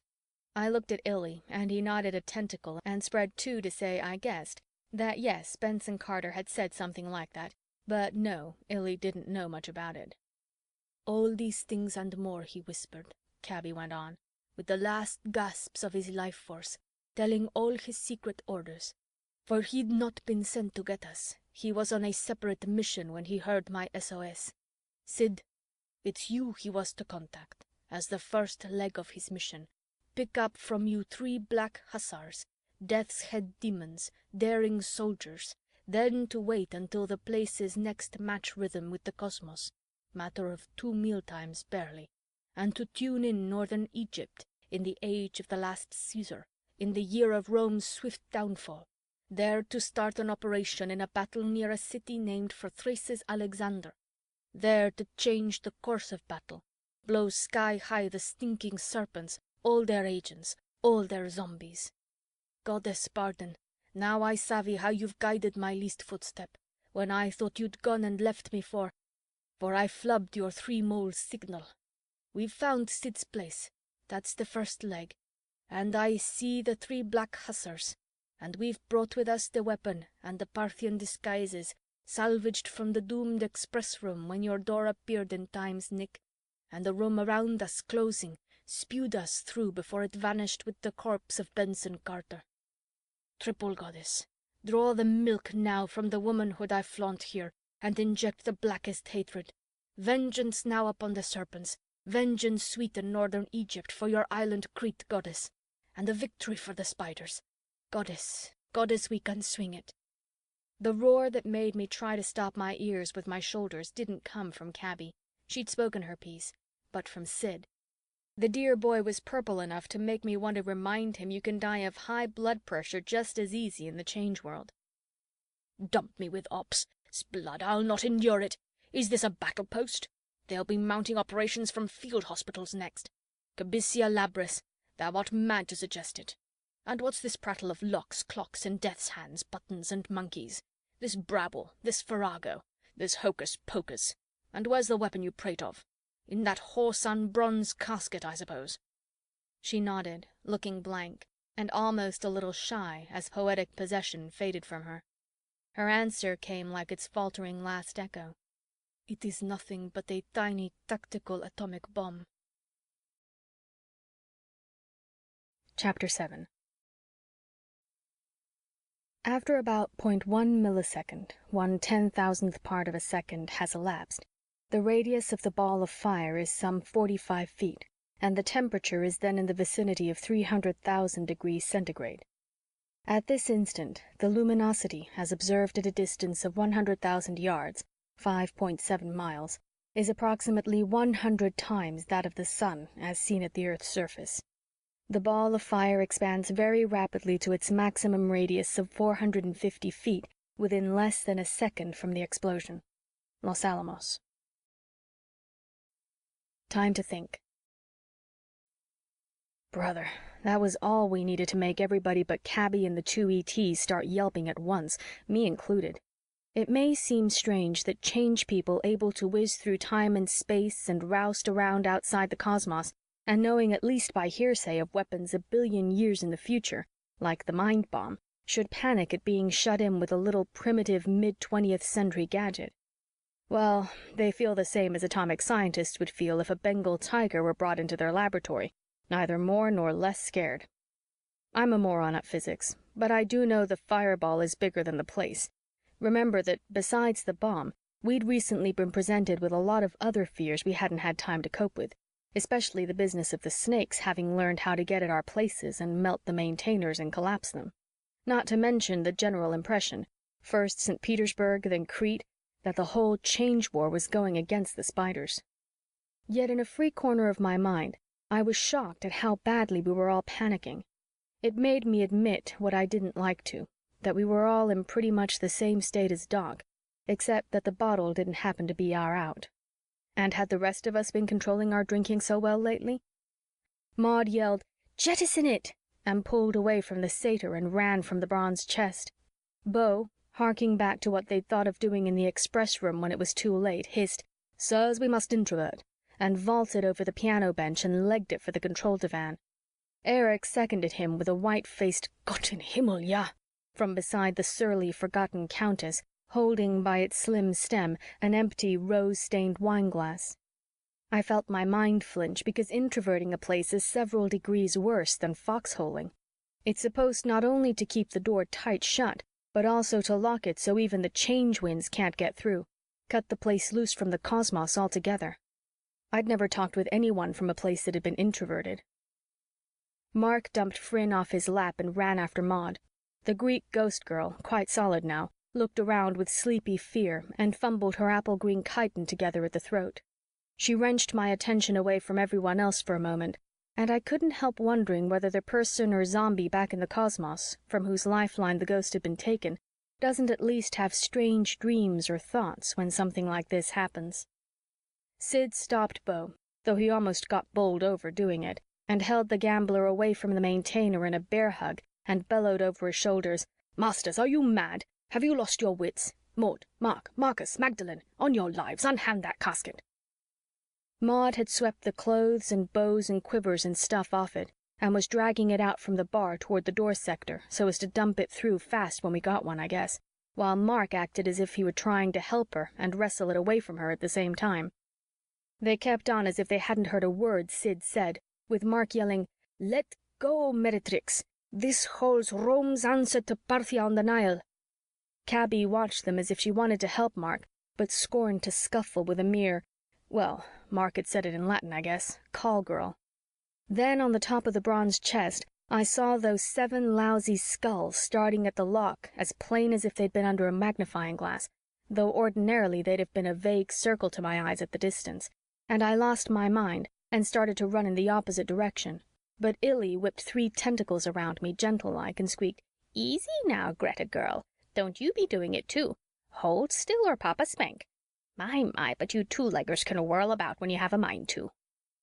My stampede had carried his featherweight body a couple of yards, but it stopped me, and I got my mind back, partly. "Unhand it, I say," Sid repeated, without accomplishing anything, and he released Beau, though he kept a hand near the gambler's shoulder. Then my fat friend from Lynn Regis looked real distraught at the void, and blustered at no one in particular. "'Sdeath, think you I'd mutiny against my masters, desert the Spiders, go to ground like a spent fox, and pull my hole in after me? A plague of such cowardice. Who suggests it? Introversion's no mere last-ditch device. Unless ordered, supervised, and sanctioned, it means the end. And what if I'd introverted ere we got Cabby's call for succor, eh?" His warrior maid nodded with harsh approval, and he noticed it and shook his free hand at her and scolded her. "Not that I say yea to your mad plan for that devil's casket, you half-clad lackwit. And yet to jettison, oh, ye gods, ye gods!" He wiped his hand across his face. "Grant me a minute in which I may think." Thinking time wasn't an item even on the strictly limited list at the moment, though Sevensee, squatting dourly on his hairy haunches where Maud had left him, threw in a deadpan, "Us tellin' 'em, Gov." Then Doc at the bar stood up tall as Abe Lincoln in his top hat and shawl and 19th century duds, and raised an unwavering arm for silence and said something that sounded like "Introversh, inversh, glovsh." And then his enunciation switched to better than perfect as he continued, "I know to an absolute certainty what we must do." It showed me how rabbity we were that the place got quiet as a church while we all stopped whatever we were doing and waited breathless for a poor drunk to tell us how to save ourselves. He said something like, "Inversh bosh," and held our eyes for a moment longer. Then the light went out of his and he slobbered out a "Nishevu," and slid an arm far along the bar for a bottle and started to pour it down his throat without stopping sliding. Before he completed his collapse to the floor, in the split second while our attention was still focused on the bar, Bruce vaulted up on top of it so fast it was almost like he'd popped up from nowhere, though I'd seen him start from behind the piano. "I've a question. Has anyone here triggered that bomb?" he said in a voice that was very clear and just loud enough. "So it can't go off," he went on after just the right pause, his easy grin and brisk manner putting more heart into me all the time. "What's more, if it were to be triggered, we'd still have half an hour. I believe you said it had that long a fuse?" He stabbed a finger at Cabby. She nodded. "Right," he said. "It'd have to be that long for whoever plants it in the Parthian camp to get away. There's another safety margin. Second question. Is there a locksmith in the house?" For all Bruce's easiness, he was watching us like a golden eagle, and he caught Beau's and Maud's affirmatives before they had a chance to explain or hedge them and said, "That's very good. Under certain circumstances, you two'd be the ones to go to work on the chest.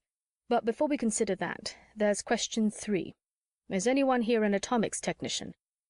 That one took a little conversation to straighten out, Illy having to explain that yes, the early Lunans had atomic power. Hadn't they blasted the life off their planet with it and made all those ghastly craters? But no, he wasn't the technician exactly, he was a thinger. I thought at first his squeak box was lisping. What was a thinger? Well, a thinger was someone who manipulated things in a way that was truly impossible to describe. But no, you couldn't possibly thing atomics. The idea was quite ridiculous, so he couldn't be an atomics thinger. The term was worse than a contradiction. Well, really. While Sevensee, from his 2000 millennia advantage of the Lunan, grunted to the effect that his culture didn't rightly use any kind of power, but just sort of moved satyrs and stuff by wrastling space-time around. Or think 'em round if we have to. Can't think 'em in the void, though, worse luck. Have to have, I don't know what. Don't have it anyhow. "So we don't have an A-Tech," Bruce summed up, "which makes it worse than useless, downright dangerous to tamper with the chest. We wouldn't know what to do if we did get inside safely. One more question." He directed it towards Sid. "How long before we can jettison anything?" Sid, looking a shade jealous yet mostly grateful for the way Bruce had calmed his chickens, started to explain, but Bruce didn't seem to be taking any chance of losing his audience, And as soon as Sid got to the word rhythm, he pulled the answer away from him. In brief, not until we can effectively tune in on the cosmos again. Thank you, Master Lessingham. That's at least 5 hours, 2 mealtimes, as the Cretan officer put it, and he threw Cabby a quick, soldierly smile. So whether the bomb goes to Egypt or elsewhere, there's not a thing we can do about it for 5 hours. All right, then? His smile blinked out like a light, and he took a couple of steps up and down the bar, as if measuring the space he had. 2 or 3 cocktail glasses sailed off and popped, but he didn't seem to notice them, and we hardly did either. It was creepy the way he kept staring from one to another of us.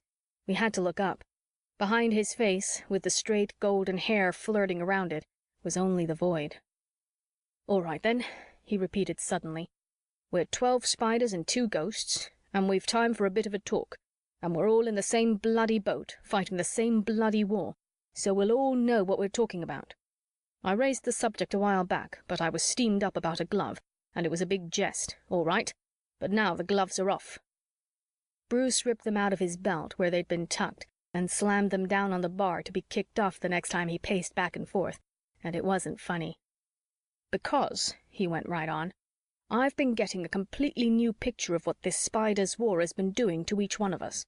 Oh, it's jolly good sport to slam around in space and time and then have a rugged little party outside both of them when the operation's over. It's sweet to know there's no cranny of reality so narrow, no privacy so intimate or sacred, no wall of was or will be strong enough that we can't shoulder in. Knowledge is a glamorous thing, sweeter than lust or gluttony or passion of fighting, and including all three, the ultimate insatiable hunger. And it's great to be Faust, even in a pack of other Fausts. It's sweet to jigger reality, to twist the whole course of man's life or a culture's, to ink out his or its past and scribble in a new one, and be the only one to know and gloat over the changes. Ha! Killing men or carrying off women isn't in it for glutting the sense of power. It's sweet to feel the change winds blowing through you and know the pasts that were and the past that is and the pasts that may be. It's sweet to wield the atropos and cut a zombie or unborn out of his lifeline and look the doubleganger in the face and see the resurrection glow in it and recruit a brother, welcome a newborn fellow demon into our ranks and decide whether he'll best fit as soldier, entertainer, or what. Or he can't stand resurrection, it fries or freezes him, and you've got to decide whether to return him to his lifeline and his zombie dreams, only they'll be a little greyer and horrider than they were before, or whether, if she's got that tantalizing something, to bring her shell along for a ghost girl. That's sweet too. It's even sweet to have change death poised over your neck, to know that the past isn't the precious, indestructible thing you've been taught it was, to know that there's no certainty about the future either, whether there'll even be one, to know that no part of reality is holy, that the cosmos itself may wink out like a flicked switch, and God be not and nothing left but nothing. He threw out his arms against the void. And knowing all that, it's doubly sweet to come through the door into the place and be out of the worst of the change winds and enjoy a well-earned recuperation and share the memories of all these sweetnesses I've been talking about and work out all the fascinating feelings you've been accumulating back in the cosmos, layer by black layer, in the company of and with the help of the best bloody little band of fellow Fausts and Faustines going. Oh, it's a sweet life, all right. But I'm asking you, and here his eyes stabbed us again, one by one, fast. I'm asking you what it's done to us. I've been getting a completely new picture, as I said, of what my life was, and what it could have been if there'd been changes of the sort that even we demons can't make, and what my life is. I've been watching how we've all been responding to things just now, to the news of St. Petersburg, and to what the Cretan officer told beautifully. Only it wasn't beautiful what she had to tell, and mostly to that bloody box of bomb. And I'm simply asking each one of you, what's happened to you? He stopped his pacing and stuck his thumbs in his belt and seemed to be listening to the wheels turning in at least 11 other heads. Only I stopped mine pretty quick, with Dave and Father and the Rape of Chicago coming up out of the dark on the turn, and Mother and the Indiana Dunes and Jazz Limited just behind them, followed by the unthinkable thing the Spider Doctor had flicked into existence when I flopped as a nurse, because I can't stand that to be done to my mind by anybody but myself. I stopped them by using the old infallible entertainer's gimmick, a fast survey of the most interesting topic there is, other people's troubles. Offhand, Beau looked as if he had most troubles, shamed by his boss and his girl given her heart to a soldier. He was hugging them to himself, very quiet. I didn't stop for the two ETs. They're too hard to figure, or for Doc. Nobody can tell whether a fallen down drunk's at the black or bright end of his cycle. You just know it's cycling. Maud ought to be suffering as much as Beau, called names and caught out in a panic, which always hurts her because she's plus 300 years more future than the rest of us, and figures she ought to be that much wiser, which she isn't always. Not to mention she's over 50 years old, though her home-century cosmetic science keeps her looking and acting teenage most of the time. She'd backed away from the bronze chest so as not to stand out, and now Lily came from behind the piano and stood beside her. Lily had the opposite troubles, a great big glow for Bruce, proud as a promised princess watching her betrothed. Eric frowned when he saw her, for he seemed proud too, proud of the way his camarade had taken command of us panicky whacks Führer fashion. Sid still looked mostly grateful and inclined to let Bruce keep on talking. Even Cabby and Mark, those two dragons hot for battle, standing a little in front and to one side of us by the bronze chest like its guardians, seemed willing to listen. They made me realize one reason Sid had for letting Bruce run on, although the path his talk was leading us down was flashing with danger signals. When it was over, there'd still be the problem of what to do with the bomb, and a real opposition shaping up between soldiers and entertainers, and Sid was hoping a solution would turn up in the meantime, or at least was willing to put off the evil day. But beyond all that, and like the rest of us, I could tell from the way Sid was squinting his browy eyes and chewing his beardy lip that he was shaken and moved by what Bruce had said. This new boy had dipped into our hearts and counted our kicks so beautifully, better than most of us could have done, and then somehow turned them around so that we had to think of what messes and heels and black sheep and lost lambs we were. Well, we wanted to keep on listening. Chapter 8. Give me a place to stand, and I will move the world. Archimedes. A place to stand. Bruce's voice had a faraway touch, and he was looking up left at the void as he said, "Have you ever really wondered why the two sides of this war are called the snakes and the spiders? Snakes may be clear enough. You always call the enemy something dirty. But spiders, our name for ourselves? Bear with me, Illihilis. I know that no being is created dirty or malignant by nature, but this is a matter of anthropoid feelings and folkways. Yes, Mark, I know that some of your legions have nicknames like the Drunken Lions and the Snails, and that's about as insulting as calling the British Expeditionary Force the Old Contemptibles. No, you'd have to go to bands of vicious youths in cities slated for ruin to find a habit of naming like ours, and even they would try to brighten up the black a bit, but simply spiders. And snakes, for that's their name for themselves too, you know. Spiders and snakes. What are our masters that we give them names like that? It gave me the shivers and set my mind working in a dozen directions, and I couldn't stop it, although it made the shivers worse. Illy beside me now. I'd never given it a thought before, but he did have 8 legs of a sort, and I remembered thinking of him as a spider monkey. And hadn't the Lunans had wisdom and atomic power and a billion years in which to get the Change War rolling? Or suppose, in the far future, Terra's own spiders evolved intelligence and a cruel cannibal culture. They'd be able to keep their existence secret. I had no idea of who or what would be on Earth in Sevensee's day, and wouldn't it be perfect black, hairy, poisoned spider mentality to spin webs secretly through the world of thought and all of space and time? And Beau, wasn't there something real snaky about him, the way he moved and all? Spiders and snakes. Spinne und Schlange, as Eric called them. S and S. But SS stood for the Nazi Schutzstaffel, the black shirts. And what if some of those cruel, crazy Jerrys had discovered time travel and... I brought myself up with a jerk and asked myself, Greta, how nuts can you get? From where he was on the floor, the front of the bar as his sounding board, Doc shrieked up at Bruce like one of the damned from the pit. "Don't speak against the spiders. Don't blaspheme. They can hear the unborn whisper. Others whip only the skin, but they whip the naked brain and heart." And Eric cried out, "That's enough, Bruce." But Bruce didn't spare him a look and said, But whatever the spiders are, and no matter how much whip they use, it's plain as the telltale on the Maintainer that the Change War is not only going against them, but getting away from them. Dwell for a bit on the current flurry of stupid slugging and panicky anachronism, when we all know that anachronism is what gets the change winds out of control. This punch-drunk pounding on the Cretan-Dorian fracas as if it were the only battle going and the only way to work things, whisking Constantine from Britain to the Bosporus by rocket, sending a pocket submarine back to sail with the Armada against Drake's wooden sides. I'll wager you hadn't heard those. And now, to save Rome, an atomic bomb. Ye gods, they could have used Greek fire or even dynamite, but a fission weapon! I leave you to imagine what gaps and scars that will make in what's left of history. The smothering of Greece and the vanishment of Provence and the troubadours and the papacy's Irish captivity won't be in it.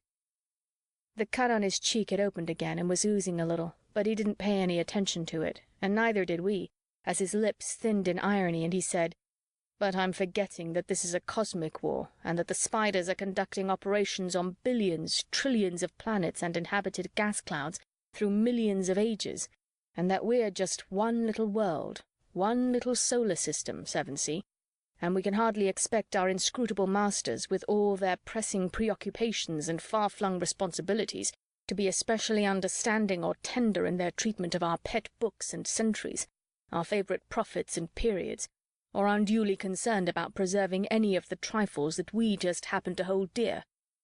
Perhaps there are some sentimentalists who would rather die forever than go on living in a world without the Summa, the field equations, process and reality, Hamlet, Matthew, Keats, and the Odyssey.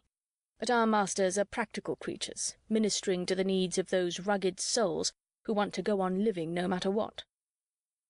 Eric's "Bruce, I'm telling you that's enough," was lost in the quickening flow of the new boy's words. I won't spend much time on the minor signs of our major crack-up, the cancelling of leaves, the sharper shortages, the loss of the express room, the use of recuperation stations for ops, and all the other frantic patchwork. Last operation but one, we were saddled with 3 soldiers from outside the galaxy, and no fault of theirs, they were no earthly use. Such little things might happen at a bad spot in any war, and are perhaps only local. But there's a big thing. He paused again to let us wonder, I guess. Maud must have worked her way over to me, for I felt her dry little hand on my arm, and she whispered out of the side of her mouth, "What do we do now?" "We listen," I told her the same way. I felt a little impatient with her need to be doing something about things.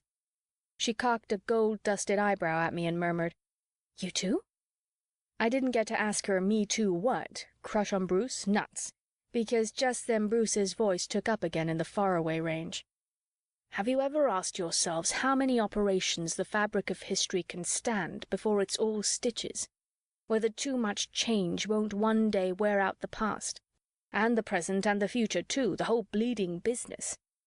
Is the law of the conservation of reality any more than a thin hope given a long name, a prayer of theoreticians? Change death is as certain as heat death, and far faster. Every operation leaves reality a bit cruder, a bit uglier, a bit more makeshift, and a whole lot less rich in those details and feelings that are our heritage, like the crude penciled sketch on canvas when you've stripped off the paint. If that goes on, won't the cosmos collapse into an outline of itself, then nothing? How much thinning can reality stand, having more and more double-gangers cut out of it? And there's another thing about every operation. It wakes up the zombies a little more, and as its change winds die, it leaves them a little more disturbed and nightmare-ridden and frazzled. Those of you who have been on operations in heavily worked-over temporal areas will know what I mean. That look they give you out of the sides of their eyes as if to say, "You again? For Christ's sake, go away. We're the dead. We're the ones who don't want to wake up, who don't want to be demons and hate to be ghosts. Stop torturing us." I looked around at the ghost girls. I couldn't help it. They'd somehow got together on the control divan, facing us, their backs to the maintainers. The Countess had dragged along the bottle of wine Eric had fetched her earlier, and they were passing it back and forth. The Countess had a big rose splotch across the ruffled white lace of her blouse. Bruce said, "There'll come a day when all the zombies and all the unborn wake up, and go crazy together, and figuratively come marching at us in their numberless hordes, saying, "We've had enough." But I didn't turn back to Bruce right away. Frynn's chiton had slipped off one shoulder, and she and the Countess were sitting sagged forward, elbows on knees, legs spread, at least as far as the Countess's hobble skirt would let her, and swayed toward each other a little. They were still surprisingly solid, although they hadn't had any personal attention for a half-hour, and they were looking up over my head with half-shut eyes, and they seemed, so help me, to be listening to what Bruce was saying, and maybe hearing some of it. "We make a careful distinction between zombies and unborn, between those troubled by our operations whose lifelines lie in the past, and those whose lifelines lie in the future. But is there any distinction any longer? Can we tell the difference between the past and the future? Can we any longer locate the now, the real now of the cosmos? The places have their own nows, the now of the big time we're on, but that's different, and it's not made for real living. The spiders tell us that the real now is somewhere in the last half of the 20th century, which means that several of us here are also alive in the cosmos, have lifelines along which the now is travelling. But do you swallow that story quite so easily, Ilihillis, Sevensea? How does it strike the servants of the triple goddess, the spiders of Octavian Rome, the demons of good Queen Bess, the gentlemen zombies of the Greater South? Do the unborn man the starships, Maud? The spiders also tell us that although the fog of battle makes the now hard to pin down precisely, it will return with the unconditional surrender of the snakes and the establishment of cosmic peace, and roll on as majestically toward the future as before, quickening the continuum with its passage. Do you really believe that? Or do you believe, as I do, that we've used up all the future as well as the past, wasted it in premature experience, and that we've had the real now smudged out of existence, stolen from us forever, the precious now of true growth, the child moment in which all life lies, the moment like a newborn baby that is the only home for hope there is?" He let that start to sink in, then took a couple of quick steps and went on, his voice rising over Eric's "Bruce, for the last time," and seeming to pick up a note of hope from the very word he had used. "But although things look terrifyingly black, there remains a chance, the slimmest chance, but still a chance, of saving the cosmos from change-death, and restoring reality's richness, and giving the ghosts good sleep, and perhaps even regaining the real now. We have the means right at hand. What if the power of time-travelling were used not for war and destruction, but for healing, for the mutual enrichment of the ages, for quiet communication and growth, in brief, to bring a peace message? But my little commandant is quite an actor himself, and knows a wee bit about the principles of scene-stealing, and he was not going to let Bruce drown him out as if he were just another extra playing a voice from the mob. He darted across our front, between us and the bar, took a running leap, and landed bang on the bloody box of bomb. A bit later, Maud was silently showing me the white ring above her elbow where I'd grabbed her, and Illy was teasing a clutch of his tentacles out of my other hand and squeaking reproachfully, "Greta girl, don't ever do that." Eric was standing on the chest, and I noticed that his boots carefully straddled the circle of skulls, and I should have known anyway you could hardly push them in the right order by jumping on them, and he was pointing at Bruce and saying, "And that means mutiny, my young sir. Gottes Willen, Bruce, listen to me and step down before you say anything worse. I'm older than you, Bruce. Mark's older. Trust in your Kameraden. Guide yourself by their knowledge." He had got my attention, but I'd much rather have him black my eye. "You, older than me?" Bruce was grinning. "When your 12 years' advantage was spent in soaking up the wisdom of a race of sadistic dreamers gone paranoid in a world whose thought stream had already been muddied by one total war. Mark older than me, when all his ideas and loyalties are those of a wolf pack of unimaginative sluggers 2,000 years younger than I am. Either of you older because you have more of the killing cynicism that is all the wisdom the Change World ever gives you. Don't make me laugh. I'm an Englishman, and I come from an epoch when total war was still a desecration, and the flowers and buds of thoughts not yet whacked off or blighted. I'm a poet, and poets are wiser than anyone, because they're the only people who have the guts to think and feel at the same time. Right, Sid?" When I talk to all of you about a peace message, I want you to think about it concretely in terms of using the places to bring help across the mountains of time when help is really needed, not to bring help that's undeserved or knowledge that's premature or contaminating, sometimes not to bring anything at all, but just to check with infinite tenderness and concern that everything's safe and the glories of the universe unfolding as they were intended to. Yes, you are a poet, Bruce, Eric broke in. You can tootle soulfully on the flute and make us drip tears. You can let out the stops on the big organ pipes and make us tremble as if at Jehovah's footsteps. For the last 20 minutes you have been giving us some very charmant poetry. But what are you? An entertainer? Or are you a soldier? Right then, I don't know what it was, maybe Sid clearing his throat, I could sense our feelings beginning to turn against Bruce. I got the strangest feeling of reality clamping down and bright colors going dull and dreams vanishing. Yet it was only then I also realized how much Bruce had moved us, maybe some of us to the verge of mutiny even. I was mad at Eric for what he was doing, but I couldn't help admiring his cockiness.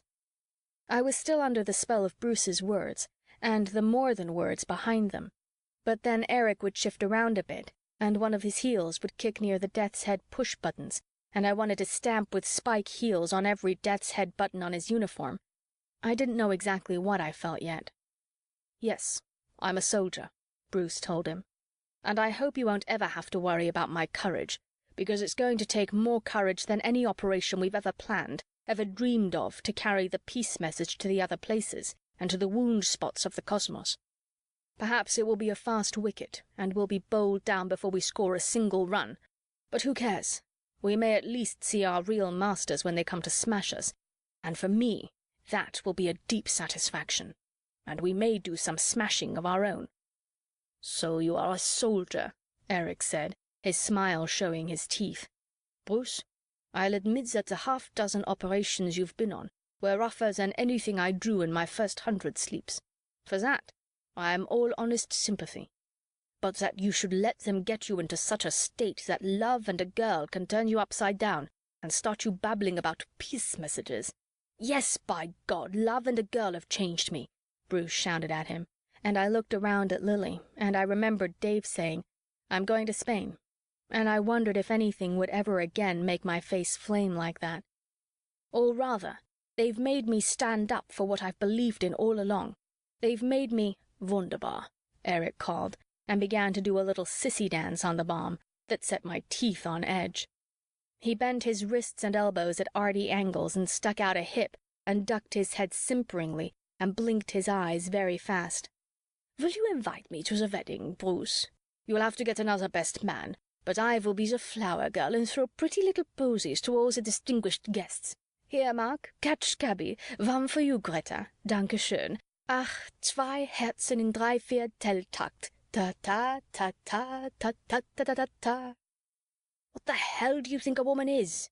Bruce raged. Something to mess around with in your spare time? Eric kept on humming 2 Hearts in Waltz Time and jigging around to it, damn him, but he slipped in a nod to Bruce and a precisely. So I knew where I stood, but it was no news to me. Very well, Bruce said. Let's leave this brown-shirt maricon to amuse himself and get down to business. I made all of you a proposal, and I don't have to tell you how serious it is, or how serious Lily and I are about it. We not only must infiltrate and subvert other places, which luckily for us are made for infiltration, we also must make contact with the snakes and establish working relationships with their demons at our level, as one of our first steps. That stopped Eric's jig and got enough of a gasp from some of us to make it seem to come from practically everybody. Eric used it to work a change of pace. Bruce, we've let you carry this foolery further than we should. You seem to have the idea that because anything goes in the place, dueling, drunkenness, und so weiter, you can say what you have said, and it will all be forgotten with a hangover. Not so. It is true that among such a set of monsters and free spirits as ourselves, and working as secret agents to boot, there cannot be the obvious military discipline that would obtain in a Terran army. But let me tell you, Bruce, let me grind it home into you. Sid and Cabby and Mark will bear me out in this, as officers of equivalent rank. that the spider line of command stretches in and through this place just as surely as the word of der Führer rules Chicago. And as I shouldn't have to emphasize to you, Bruce, the spiders have punishments that would make my countrymen in Belsen and Buchenwald, well, pale a little. So while there is still a shadow of justification for our interpreting your remarks as utterly tasteless clowning—" "Babble on," Bruce said, giving him a loose downward wave of his hand without looking. "I made you people a proposal." He paused. "How do you stand, Sidney Lessingham?" Then I felt my legs getting weak, because Sid didn't answer right away. The old boy swallowed and started to look around at the rest of us. Then the feeling of reality clamping down got something awful, because he didn't look around, but straightened his back a little. Just then Mark cut in fast. "It grieves me, Bruce, but I think you are possessed. Eric, he must be confined." Cabby nodded almost absently. "Confine or kill the coward, whichever is easier. Whip the woman, and let's get on to the Egyptian battle." "Indeed, yes," Mark said. "I died in it, but now perhaps no longer." Cabby said to him, "I like you, Roman." Bruce was smiling, barely, and his eyes were moving and fixing. "You, Illihilis?" Illy's squeak box had never sounded mechanical to me before, but it did as he answered, "I'm a lot deeper into borrowed time than the rest of you, tra-la-la, but Papa still loves living. Include me very much out, Brucey." "Miss Davies?" Beside me, Maud said flatly, "Do you think I'm a fool?" Beyond her, I saw Lily and I thought, my God, I might look as proud if I were in her shoes, but I sure as hell wouldn't look as confident. Bruce's eyes hadn't quite come to bow when the gambler spoke up. "I have no cause to like you, sir, rather the opposite. But this place has come to bore me more than Boston, and I've always found it difficult to resist a long shot. A very long one, I fear. I'm with you, sir." There was a pain in my chest and a roaring in my ears, and through it I heard Sevensee grunting, "Sick of these lousy spiders. Deal me in." And then Doc reared up in front of the bar, and he'd lost his hat and his hair was wild, and he grabbed an empty fifth by the neck and broke the bottom of it, all jagged, against the bar, and he waved it and screeched, "Ubiviatia pauki, I Niemetzi." And right behind his words, Beau sang out fast the English of it, "Kill the spiders and the Germans." And Doc didn't collapse then, though I could see he was hanging onto the bar tight with his other hand, and the place got stiller, inside and out, than I've ever known it, and Bruce's eyes were finally moving back towards Sid. But the eyes stopped short of Sid, and I heard Bruce say, "Miss Forzane?" And I thought, that's funny, and I started to look around at the Countess and felt all the eyes, and I realized, hey, that's me, but this can't happen to me. To the others, yes, but not to me. I just work here. Not to Greta. No, no, no. But it had, and the eyes didn't let go, and the silence and the feeling of reality were god-awful, and I said to myself, Greta, you've got to say something, if only a suitable four-letter word. And then suddenly I knew what the silence was like. It was like that of a big city if there was some way of shutting off all the noise in 1 second. It was like Eric singing when the piano had deserted him. It was as if the change winds should ever die completely. And I knew beforehand what had happened when I turned my back on them all. The ghost girls were gone. The Major Maintainer hadn't merely been switched to introvert. It was gone too. Chapter 9. We examined the moss between the bricks and found it undisturbed. "You looked among Dee's papers, of course, and into the books of the library?" "Certainly. We opened every package and parcel. We not only opened every book, but we turned over every leaf in each volume." Poe. A locked room. 3 hours later, Sid and I plumped down on the couch nearest the kitchen, though too tired to want to eat for a while yet. A tighter search than I could ever have cooked up had shown that the Maintainer was not in the place. Of course, it had to be in the place, as we kept telling each other for the first 2 hours. It had to be, if circumstances and the theories we lived by in the Change World meant anything. A Maintainer is what maintains a place. The minor maintainer takes care of oxygen, temperature, humidity, gravity, and other little life cycle and matter cycle things generally. But it's the major maintainer that keeps the walls from buckling and the ceiling from falling in. It is little, but oh my, it does so much. It doesn't work by wires or radio or anything complicated like that. It just hooks into local spacetime. I have been told that its inside working part is made up of vastly tough, vastly hard giant molecules, each one of which is practically a vest-pocket cosmos in itself. Outside, it looks like a portable radio with a few more dials and some telltales and switches and plugins for earphones and a lot of other sensory thingamajigs. But the maintainer was gone, and the void hadn't closed in yet. By this time, I was so fagged, I didn't care much whether it did or not. One thing for sure, the maintainer had been switched to introvert before it was spirited away, or else its disappearance automatically produced introversion, take your choice, because we sure were introverted. Real nasty martinet schoolmaster grip of reality on my thoughts that I knew, without trying, liquor wouldn't soften. Not a breath of change wind, absolutely stifling, and the gray of the void seeming so much inside my head that I think I got a glimmering of what the science boys mean when they explain to me that the place is a kind of interweaving of the material and the mental, a giant monad, one of them called it. Anyway, I said to myself, Greta, if this is introversion, I want no part of it.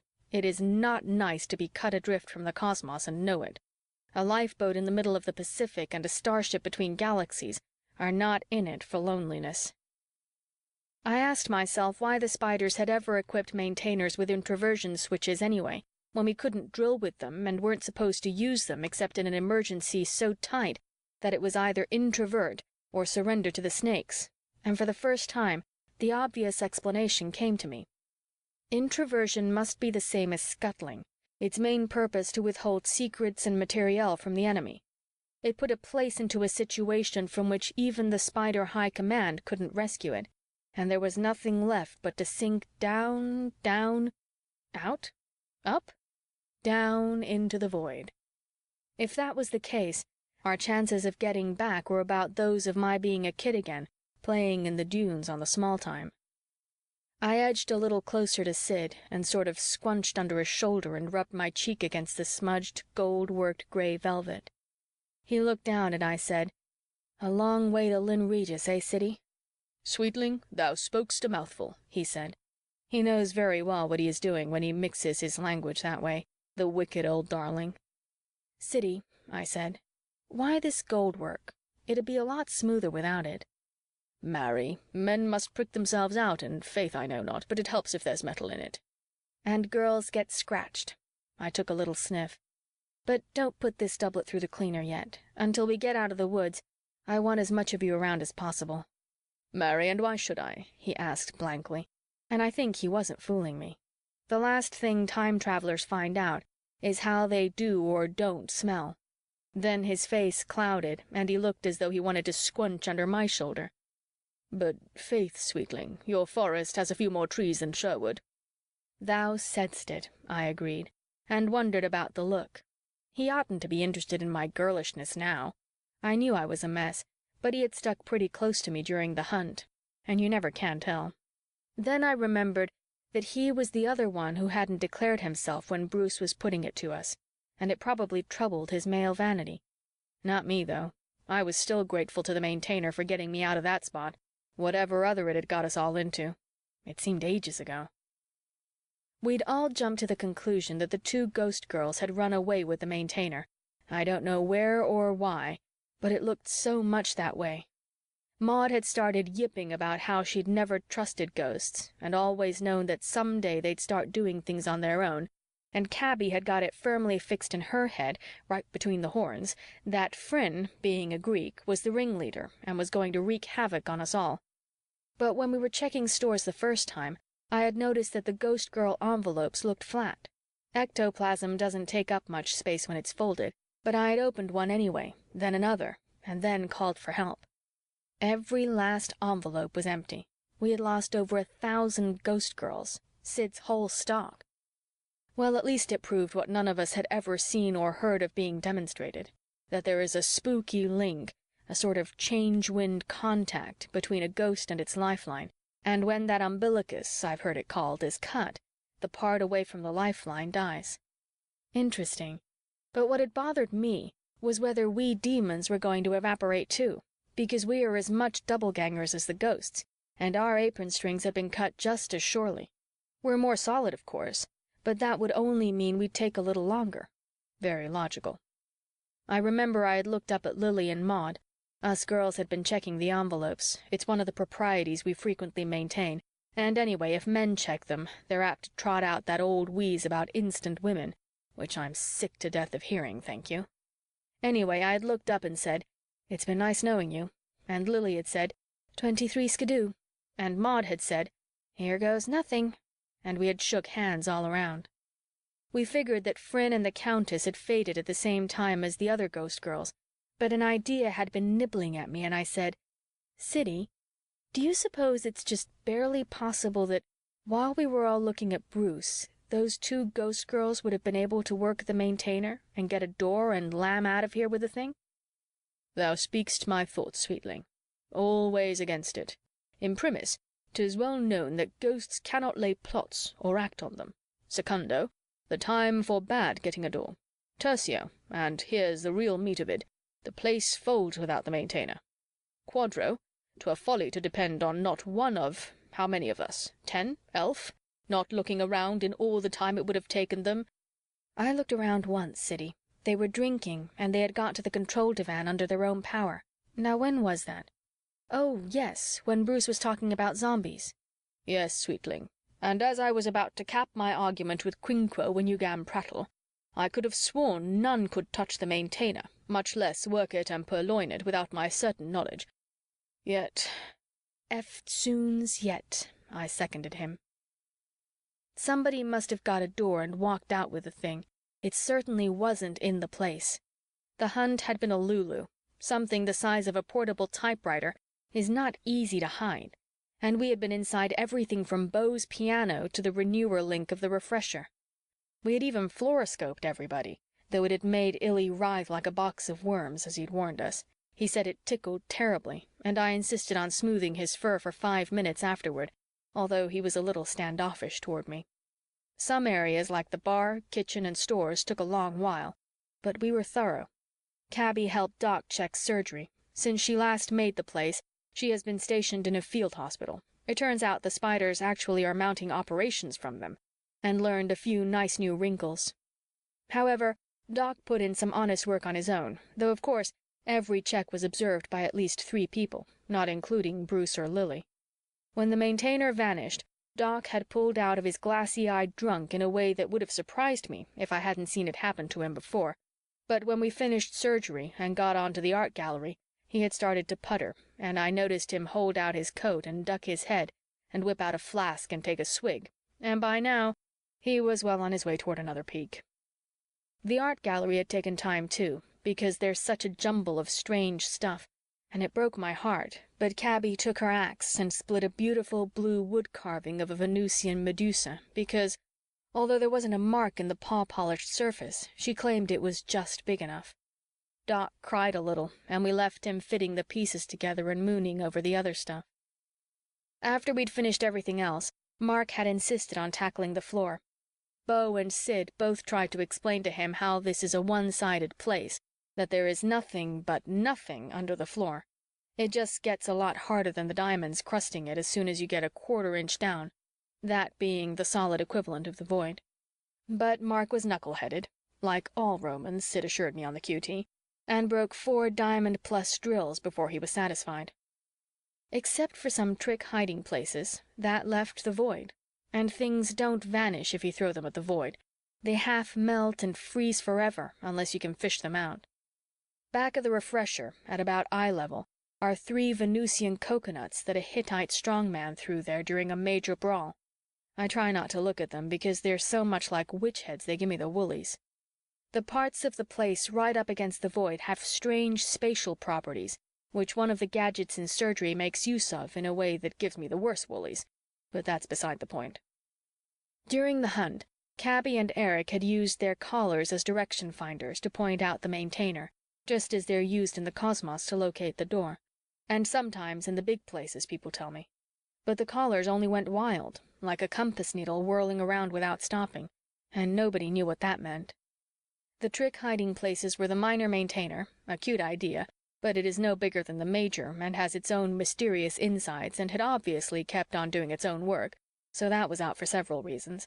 And the bomb chest, though it seemed impossible for anyone to have opened it, granting they knew the secret of its lock, even before Eric jumped on it and put it in the limelight double.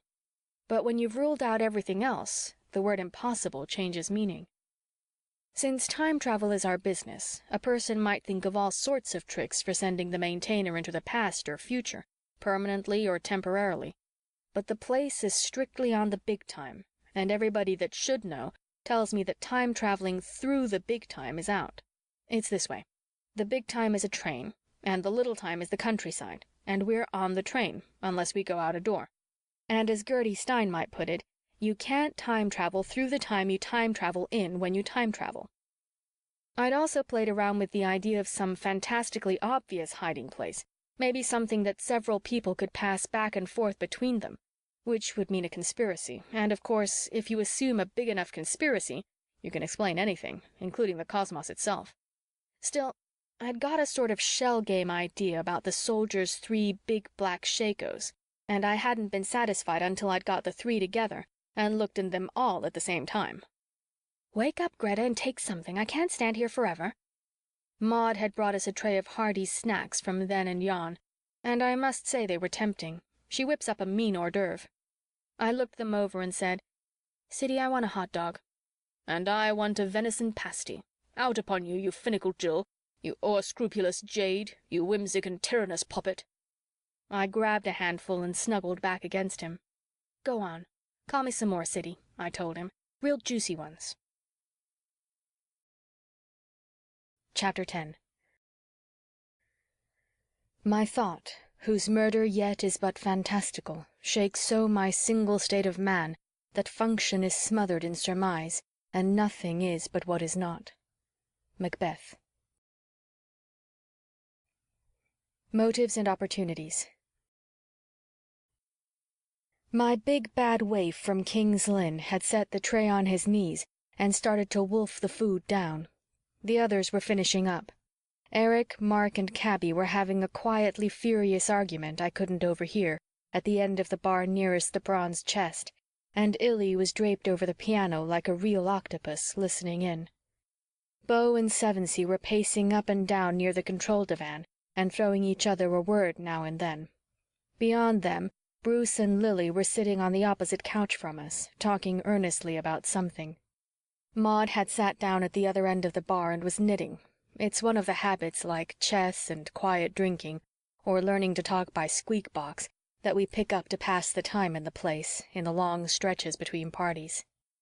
Doc was fiddling around the gallery, picking things up and setting them down, still managing to stay on his feet at any rate.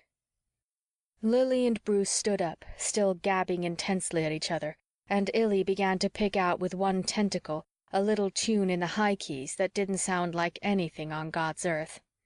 Where do they get all the energy? I wondered. As soon as I asked myself that, I knew the answer, and I began to feel the same way myself. It wasn't energy, it was nerves, pure and simple.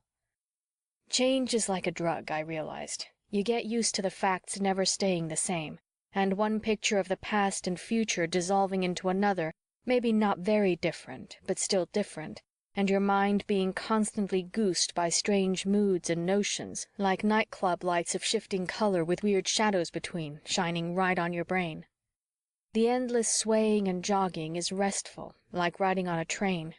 You soon get to like the movement and to need it without knowing, and when it suddenly stops and you're just you, and the facts you think from and feel from are exactly the same when you go back to them, boy, that's rough, as I found out now. The instant we got introverted, everything that ordinarily leaks into the place, wake or sleep, had stopped coming, and we were nothing but ourselves and what we meant to each other and what we could make of that, an awfully lonely, scratchy situation.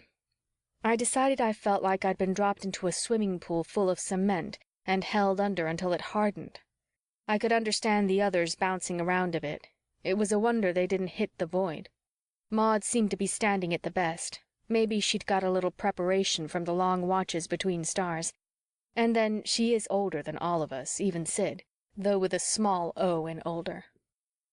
The restless work of the search for the Maintainer had masked the feeling, but now it was beginning to come full force. Before the search, Bruce's speech and Eric interruptions had done a passable masking job too. I tried to remember when I'd first got the feeling and decided it was after Eric had jumped on the bomb, about the time he mentioned poetry, though I couldn't be sure. Maybe the Maintainer had been introverted even earlier, when I'd turned to look at the ghost girls. I wouldn't have known. Nuts. Believe me, I could feel that hardened cement on every inch of me. I remembered Bruce's beautiful picture of a universe without big change and decided it was about the worst idea going. I went on eating, though I wasn't so sure now it was a good idea to keep myself strong. Does the Maintainer have an introversion, Telltale City? "'Sdeath, chit, and you love me speak lower. Of a sudden I feel not well, as if I'd drunk a butt of Rhenish and slept inside it. Marry, yes, blue, in short flashes, saith the manual. Why ask'st thou?" No reason. God, City, what I'd give for a breath of change wind. "Thou canst say that eftsoons," he groaned. I must have looked pretty miserable myself, for he put his arm around my shoulders and whispered gruffly, "Comfort thyself, sweetling, that while we suffer thus sorely, we cannot yet die the change death." "What's that?" I asked him. I didn't want to bounce around like the others. I had a suspicion I'd carry it too far.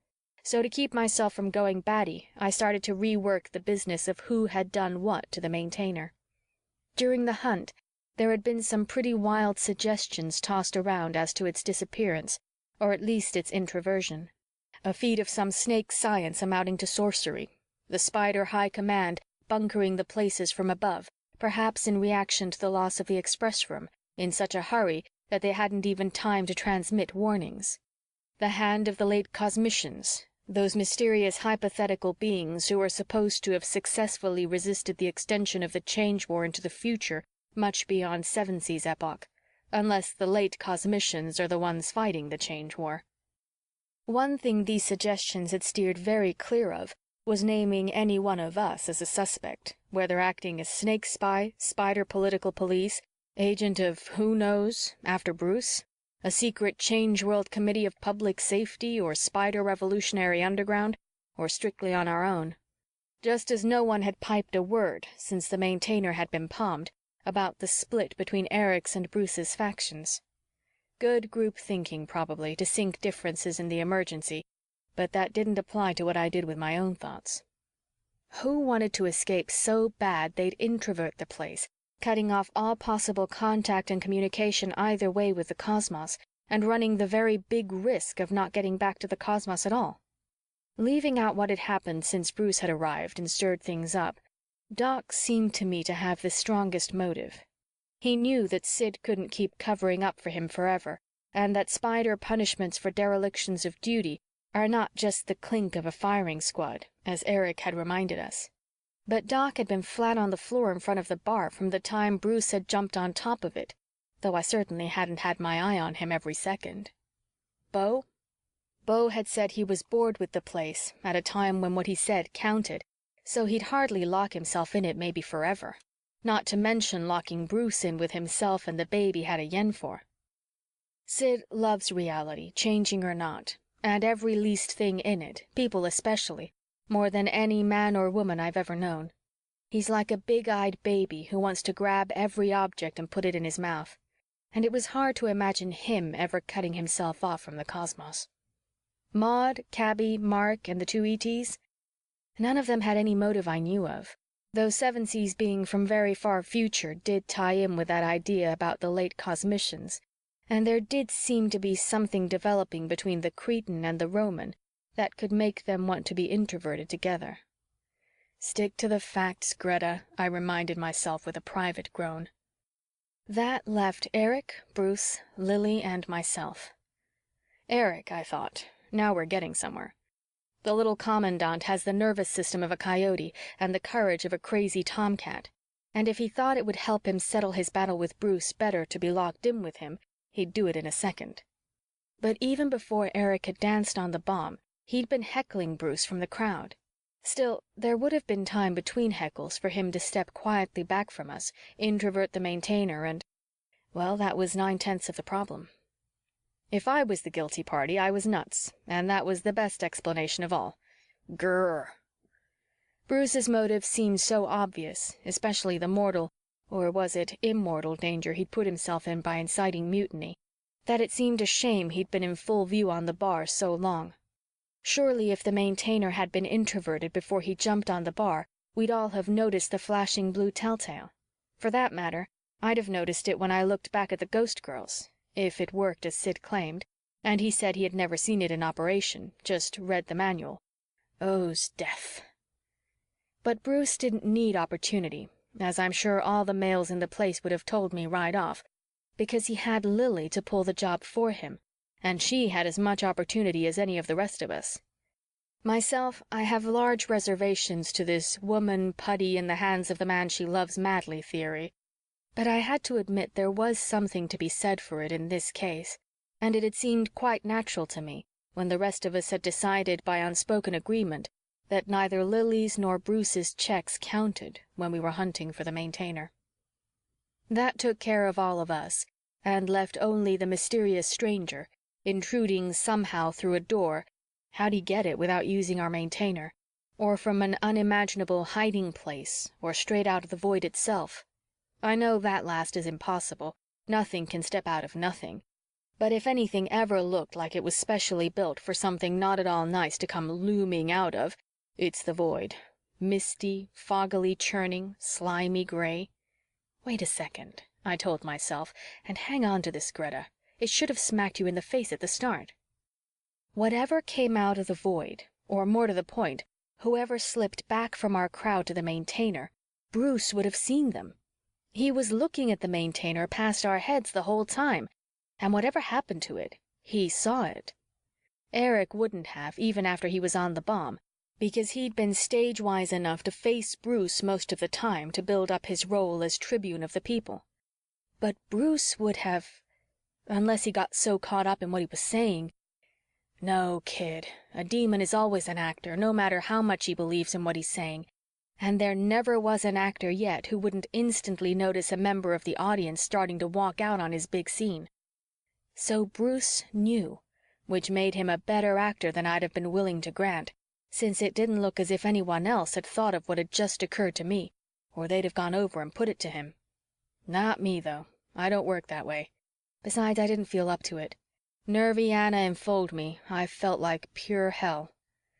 Maybe, I told myself encouragingly, the place is hell, but added, be your age, Greta. Be a real rootless, ruleless, ruthless 29. Chapter 11. The barrage roars and lifts, then clumsily bowed with bombs and guns and shovels and battle gear, men jostle and climb to meet the bristling fire. Lines of gray muttering faces masked with fear, they leave their trenches going over the top, while time ticks blank and busy on their wrists. Sassoon. The Western Front, 1917. Please don't, Lili. I shall, my love. Sweetling, wake up. Hast the shakes? I opened my eyes a little and lied to Siddy with a smile, and locked my hands together tight and watched Bruce and Lili quarrel nobly near the control divan, and wished I had a great love to blur my misery and provide me with a passable substitute for change winds. Lili won the argument, judging from the way she threw her head back and stepped away from Bruce's arms, while giving him a proud, tender smile. He walked off a few steps, praise be he didn't shrug his shoulders at us like an old husband, though his nerves were showing, and he didn't seem to be standing introversion well at all, as who of us were. Lili rested a hand on the head of the control divan and pressed her lips together and looked around at us, mostly with her eyes. She'd wound a gray silk bandeau around her bangs. Her short gray silk dress without a waistline made her look not so much like a flapper, though she looked like that all right, as like a little girl, except the neckline was scooped low enough to show she wasn't. Her gaze hesitated and then stopped at me, and I got a sunk feeling of what was coming. because women are always picking on me for an audience. Besides, Sid and I were the centrist party of two in our fresh-out-of-the-shell place politics. She took a deep breath and stuck out her chin and said in a voice that was even a little higher and Britisher than she usually uses, "We girls have often cried, 'Shut the door,' but now the door is jolly well shut for keeps." I knew I'd guessed right, and I felt crawly with embarrassment, because I know about this love business of thinking you're the other person and trying to live their life and grab their glory, though you don't know that, and carry their message for them, and how it can foul things up. Still, I couldn't help admitting what she said wasn't too bad a start. Unpleasantly apt to be true, at any rate. "My fiancé believes we may yet be able to open the door. I do not. He thinks it is a bit premature to discuss the peculiar pickle in which we all find ourselves. I do not." There was a rasp of laughter from the bar. The militarists were reacting. Eric stepped out, looking very happy. "So, now we have to listen to women making speeches," he called. "What is this place, anyhow? Sidney Lessingham's Saturday evening sewing circle?" Beau and Sevensee, who'd stopped their pacing halfway between the bar and the control divan, turned toward Eric, and Sevensee looked a little burlier, a little more like half a horse than satyrs in mythology book illustrations. He stamped medium hard, I'd say, and said, Go fly a kite." I'd found out he'd learned English from a demon who'd been a longshoreman with syndicalist anarchist sympathies. Eric shut up for a moment and stood there grinning, his hands on his hips. Lily nodded to the satyr and cleared her throat, looking scared. But she didn't speak.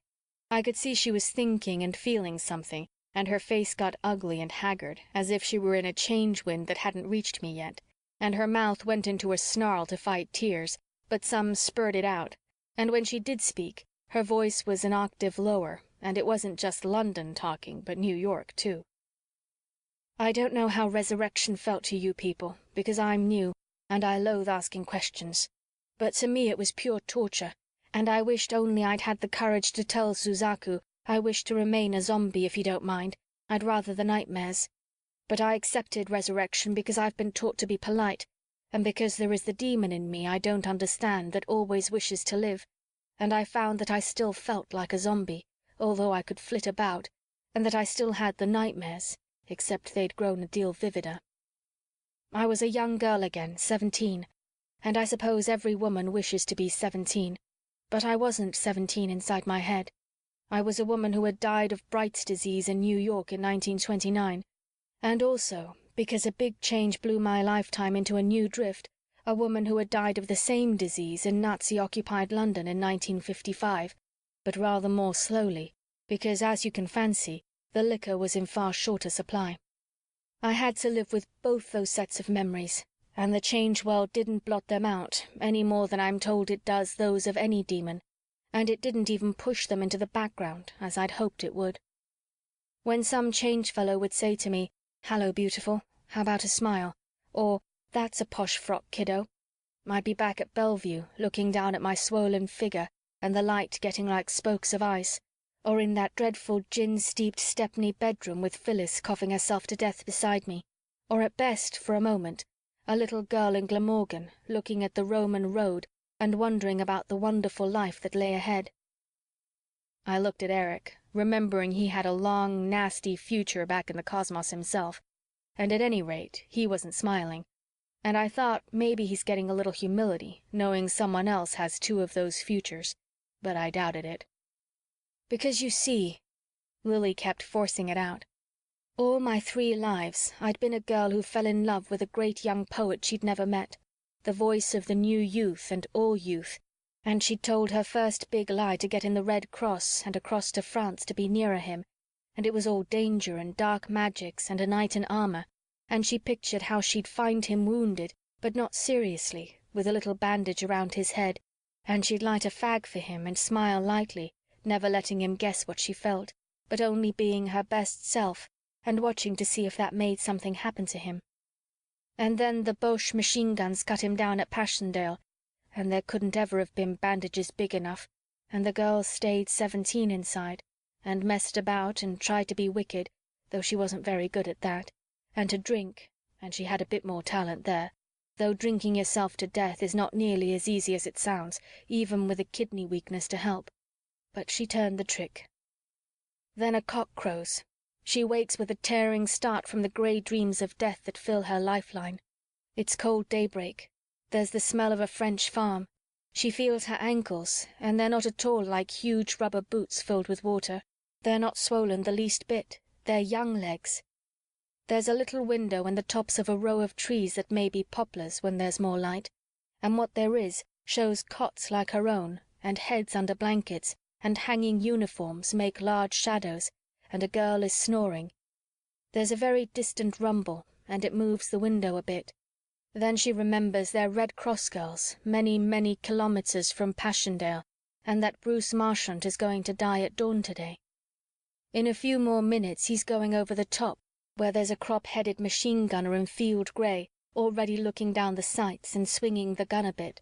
But she isn't going to die today. She's going to die in 1929 and 1955. And just as she's going mad, there's a creaking, and out of the shadows tiptoes a Jap with a woman's hairdo, and the whitest face and the blackest eyebrows. He's wearing a rose robe and a black sash, which belts to his side 2 samurai swords, but in his right hand he has a strange silver pistol, and he smiles at her as if they were brother and sister and lovers at the same time, and he says, "Voulez-vous vivre, mademoiselle?" And she stares, and he bobs his head and says, "Missy wish live, yes, no?" Sid's paw closed quietly around my shaking hands. It always gets me to hear about anyone's resurrection, and although mine was crazier, it also had the Krauts in it. I hoped she wouldn't go through the rest of the formula, and she didn't. 5 minutes later, he's gone down a stairs more like a ladder to wait below, and she's dressing in a rush. Her clothes resist a little, as if they were lightly gummed to the hook and the stained wall, and she hates to touch them. It's getting lighter, and her cot looks as if someone were still sleeping there, although it's empty, and she couldn't bring herself to put her hand on the place if her new life depended on it. She climbs down, and her long skirt doesn't bother her because she knows how to swing it. Suzaku conducts her past a sentry who doesn't see them, and a puffy-faced farmer in a smock coughing and spitting the night out of his throat. They cross the farmyard, and it's filled with rose light, and she sees the sun is up, and she knows that Bruce Marchant has just bled to death. There's an empty open touring car chugging loudly, waiting for someone. It has huge muddy wheels with wooden spokes and a brass radiator that says Simplex. But Suzaku leads her past it to a dunghill and bows apologetically, and she steps through a door. I heard Eric say to the others at the bar, "How touching. Now shall I tell everyone about my operation?" But he didn't get much of a laugh. That's how Lillian Foster came into the change world with its steel-engraved nightmares and its deadly pace and deadlier lassitudes. I was more alive than I ever had been before, but it was the kind of life a corpse might get from unending electrical shocks, and I couldn't summon any purpose or hope, and Bruce Marchant seemed farther away than ever. Then, not 6 hours ago, a soldier in a black uniform came through the door, and I thought, it can't be, but it does look like his photographs. And then I thought I heard someone say the name Bruce, and then he shouted as if to all the world that he was Bruce Marchant, and I knew there was a resurrection beyond resurrection, a true resurrection. Oh, Bruce. She looked at him, and he was crying and smiling, and all the young beauty flooded back into her face, and I thought, it has to be change winds, but it can't be. Face it without slobbering, Greta. There's something that works bigger miracles than change. And she went on. And then the change winds died when the snakes vaporized the maintainer, or the ghost girls introverted it, and all 3 of them vanished so swiftly and silently that even Bruce didn't notice. Those are the best explanations I can summon, and I fancy one of them is true.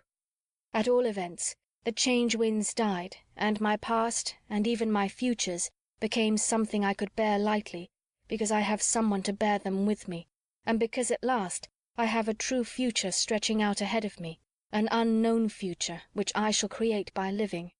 Oh, don't you see that all of us have it now, this big opportunity? Huzzah for Sydney suffragettes and the WCTU, Eric cheered.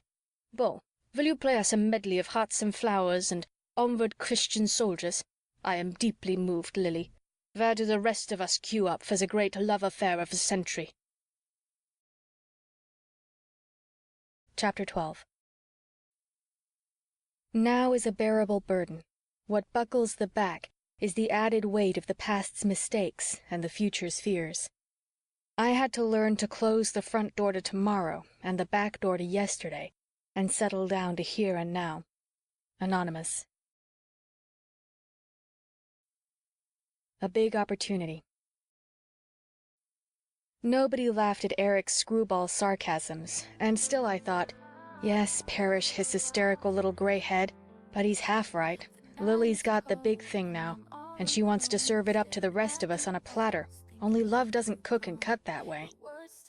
Those weren't bad ideas she had about the maintainer, though, especially the one about the ghost girls doing the introverting. It would explain why there couldn't be introversion drill, the manual stuff about blue flashes being window dressing, and something disappearing without movement or transition is the sort of thing that might not catch the attention.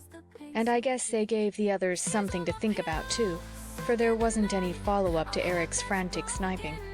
But I honestly didn't see where there was this big opportunity being stuck away in a gray sack in the void. And I began to wonder, and I got the strangest feeling, and I said to myself, hang on to your hat, Greta. It's hope. The dreadful thing about being a demon is that you have all time to range through, Lily was saying with a smile.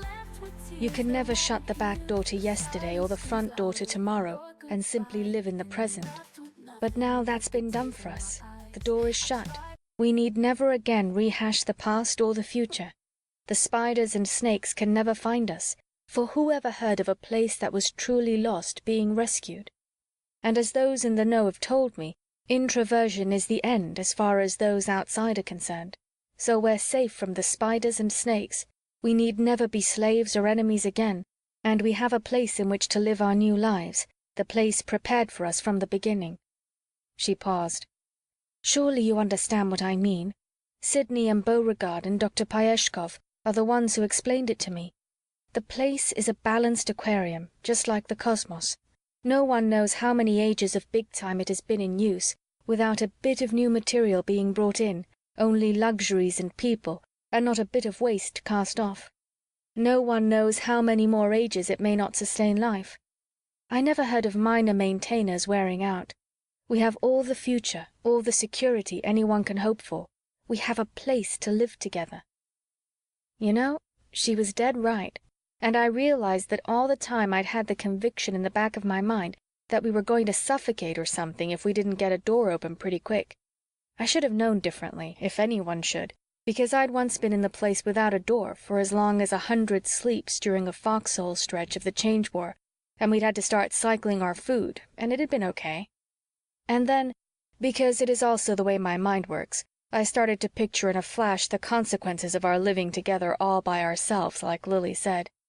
I began to pair people off. I couldn't help it. Let's see. 4 women, 6 men, 2 ETs. Greta, I said, you're going to be Miss Polly Andry for sure. We'll have a daily newspaper and folk dancing classes. We'll shut the bar except evenings. Bruce'll keep a rhymed history of the place. I even thought, though I knew this part was strictly silly, about schools and children. I wondered what cities would look like, or my little commandants. Don't go near the void, dears. Of course, that would be specially hard on the 2 ETs, but 7C at least wasn't so different, and the genetics boys had made some wonderful advances, and Maud ought to know about 'em. And there were some amazing gadgets in surgery when Doc sobered up. The patter of little hoofs. My fiancé spoke to you about carrying a peace message to the rest of the cosmos, Lily added, and bringing an end to the big change and healing all the wounds that have been made in the little time. I looked at Bruce. His face was set and strained, as will happen to the best of them when a girl starts talking about her man's business, and I don't know why, but I said to myself, she's crucifying him. She's nailing him to his purpose as a woman will, even when there's not much point to it as now. And Lily went on.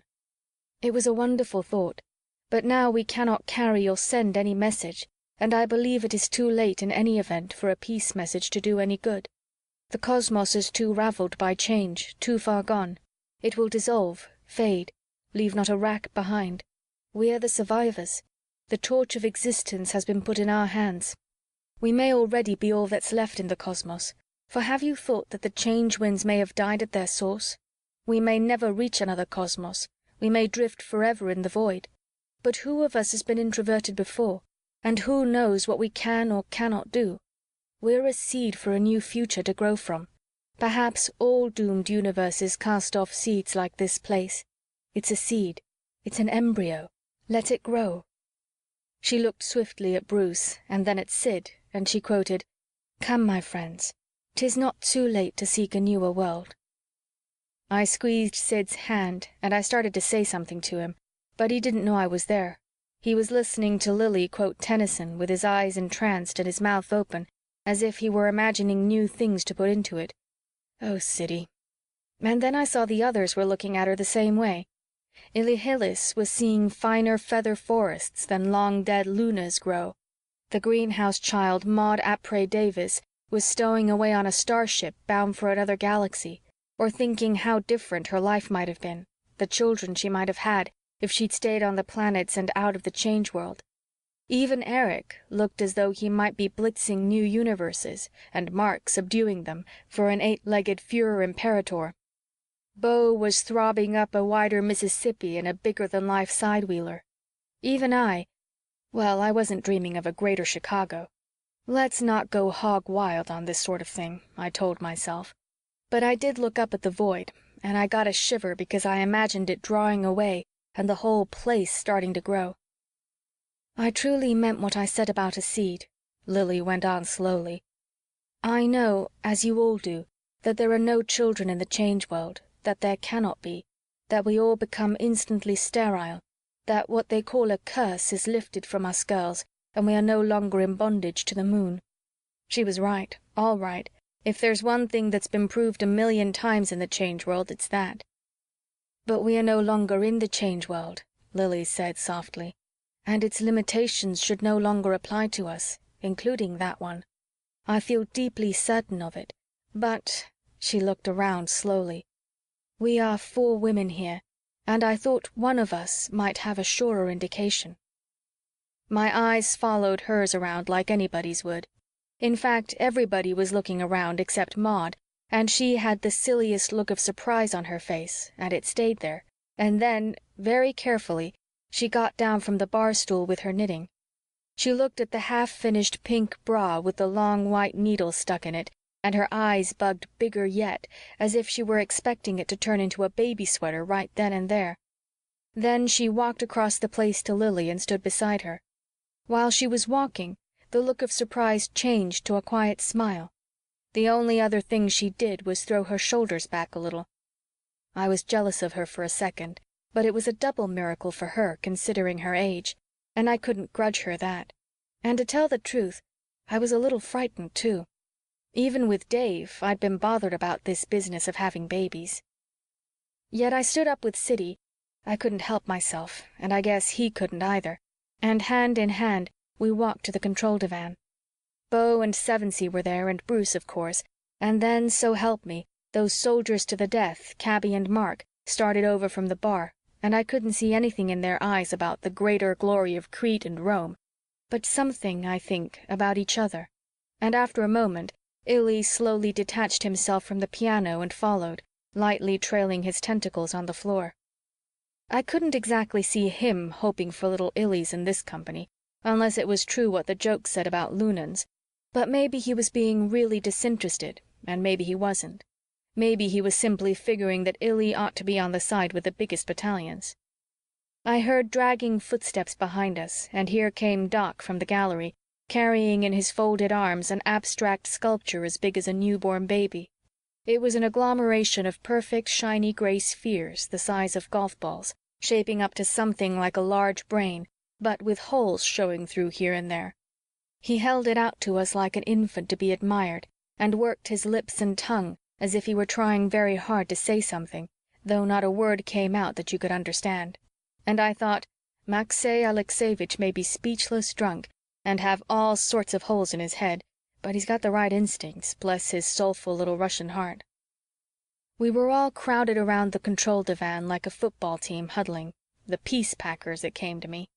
Sevensee would be fullback or center, and Illy left end. What a receiver.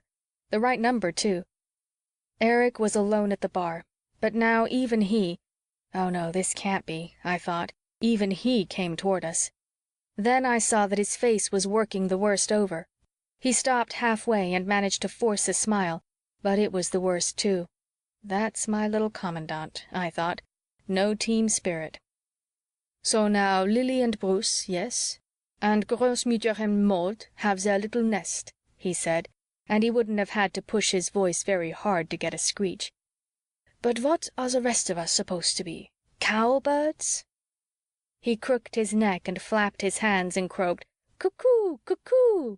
And I said to myself, I often thought you were crazy, boy, but now I know. Teufelsdreck.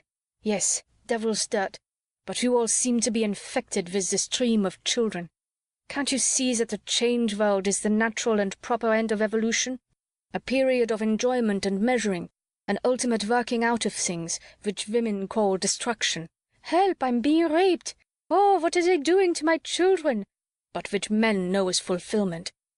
You're given good parts in Goethe-Dämmerung, and you go up to the author and tap him on the shoulder and say, "Excuse me, Herr Wagner, but this Twilight of the Gods is just a bit morbid. Why don't you write an opera for me about the little ones, the dear little blue-eyed curly tops? A plot? Oh, boy meets girl and they settle down to breed, something like that. Devil's dirt doubled and damned. Have you thought what life will be like without a door to go out of to find freedom and adventure, to measure your courage and keenness? Do you want to grow long grey beards hobbling around this asteroid turned inside out? Putter around indoors to the end of your days, mooning about little baby cosmoses? Incidentally, with a live bomb for company. The cave, the womb, the little grey home in the nest, is that what you want? It'll grow? Oh, yes, like the city engulfing the wild wood, a proliferation of Kinder, Kirche, Küche. I should live so long. Women, how I hate their bright eyes as they look at me from the fireside, bent-shouldered, rocking, deeply happy to be old, and say, "He's getting weak, he's giving out. Soon I'll have to put him to bed and do the simplest things for him. Your filthy triple goddess, cabby, the birther, bride, and barrier of man. Woman, the enfeebler, the fetterer, the crippler. Woman, and the curly-headed little cancer she wants." He lurched toward us, pointing at Lily. "I never knew one who didn't want to cripple a man if you gave her the chance. Cripple him, swaddle him, clip his wings, grind him to sausage to mold another man, hers, a doll man. You hid the maintainer, you little smother hen, so you could have your nest and your Brucey." He stopped, gasping, and I expected someone to bop him one on the schnozzle, and I think he did too. I turned to Bruce, and he was looking, I don't know how, sorry, guilty, anxious, angry, shaken, inspired, all at once. And I wished people sometimes had simple suburban reactions like magazine stories. Then Eric made the mistake, if it was one, of turning toward Bruce and slowly staggering toward him, pawing the air with his hands as if he were going to collapse into his arms, and saying, "Don't let them get you, Bruce. Don't let them tie you down. Don't let them clip you, your words or your deeds. You're a soldier. Even when you talked about a peace message, you talked about doing some smashing of your own. No matter what you think and feel, Bruce, no matter how much lying you do and how much you hide, you're really not on their side." That did it. It didn't come soon enough, or, I think, in the right spirit to please me, but I will say it for Bruce that he didn't muck it up by tipping or softening his punch. He took one step forward, and his shoulders spun and his fist connected sweet and clean. As he did it, he said only one word, "Loki." And darn if that didn't switch me back to a campfire in the Indiana Dunes, and my mother telling me out of the Elder Saga about the malicious, sneering, all-spoiling Norse god, and how, when the other gods came to trap him in his hideaway by the river, he was on the point of finishing knotting a mysterious net big enough, I had imagined, to snare the whole universe, and that if they'd come a minute later, he would have. Eric was stretched on the floor, his head hitched up, rubbing his jaw and glaring at Bruce. Mark, who was standing beside me, moved a little, and I thought he was going to do something, maybe even clobber Bruce in the old spirit of, "You can't do that to my buddy," but he just shook his head and said, "Omnia vincit amor." I nudged him and said, "Meaning?" And he said, "Love licks everything." I'd never have expected it from a Roman, but he was half right at any rate. Lily had her victory, Bruce clearing the field for the marriage by laying out the woman-hating boyfriend who would be trying to get him to go out nights. At that moment, I think Bruce wanted Lily and a life with her more than he wanted to reform the Change World. Sure, us women have our little victories, until the legions come, or the little corporal draws up his artillery, or the panzers roar down the road. Erich scrambled to his feet and stood there in a half slump, half crouch, still rubbing his jaw and glaring at Bruce over his hand, but making no move to continue the fight. And I studied his face and said to myself, if he can get a gun, he's going to shoot himself, I know. Bruce started to say something and hesitated, like I would have in his shoes. And just then Doc got one of his unpredictable inspirations and went weaving out toward Erich, holding out the sculpture and making deaf and dumb noises like he had to us. Erich looked at him as if he were going to kill him, and then grabbed the sculpture and swung it up over his head and smashed it down on the floor. And for a wonder, it didn't shatter. It just skidded along in one piece and stopped inches from my feet. That thing not breaking must have been the last straw for Erich. I swear I could see the red surge up through his eyes toward his brain. He swung around into the stores sector and ran the few steps between him and the bronze bomb chest. Everything got very slow motion for me, though I didn't do any moving. Almost every man started out after Erich. Bruce didn't, though, and Siddy turned back after the first surge forward, while Illy squunched down for a leap, and it was between Sevensee's hairy shanks and Beau's scissoring white pants that I saw that under the microscope circle of death's heads and watched Erich's finger go down on them in the order Kaby had given. 1, 3, 5, 6, 2, 4, 7. I was able to pray 7 distinct times that he'd make a mistake. He straightened up. Illy landed by the box like a huge silver spider, and his tentacles whipped futilely across its top. The others surged to a frightened halt around them. Erich's chest was heaving, but his voice was cool and collected as he said, "You mentioned something about our having a future, Miss Foster. Now you can make that more specific. Unless we get back to the cosmos and dump this box, or find a spider A-Tech, or manage to call headquarters for guidance on disarming the bomb, we have a future exactly 30 minutes long." Chapter 13. But whence he was, or of what womb he bore, of beasts or of the earth, I have not read, but certes was with milk of wolves and tigers fed. Spenser. The tiger is loose. I guess when they really push the button, or throw the switch, or spring the trap, or focus the beam, or what have you, you don't faint or go crazy or anything else convenient. I didn't.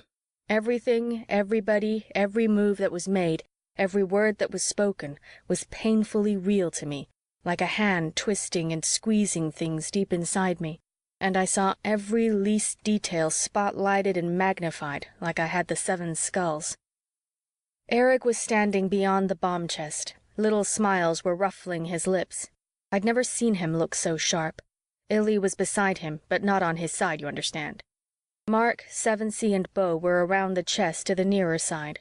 Beau had dropped to a knee and was scanning the chest minutely, terror under control making him bend his head a little closer than he needed to for clear vision, but with his hands locked together behind his back, I guess to restrain the impulse to push any and everything that looked like a disarming button. Doc was sprawled face down on the nearest couch, out like a light, I supposed. Us 4 girls were still by the control divan. With Kaby, that surprised me, because she didn't look scared or frozen, but almost as intensely alive as Erich. Sid had turned back, as I'd said, and had one hand stretched out toward but not touching the minor maintainer, and a look on his beardy face as if he were calling down death and destruction on every boozy rogue who had ever gone up from King's Lynn to Cambridge and London, and I realized why. If he'd thought of the minor maintainer a second sooner, he could have pinned Eric down with heavy gravity before he could touch the buttons. Bruce was resting one hand on the head of the control divan and was looking toward the group around the chest, toward Eric, I think, as if Eric had done something rather wonderful for him, though I can't imagine myself being tickled at being included in anybody's suicide surprise party.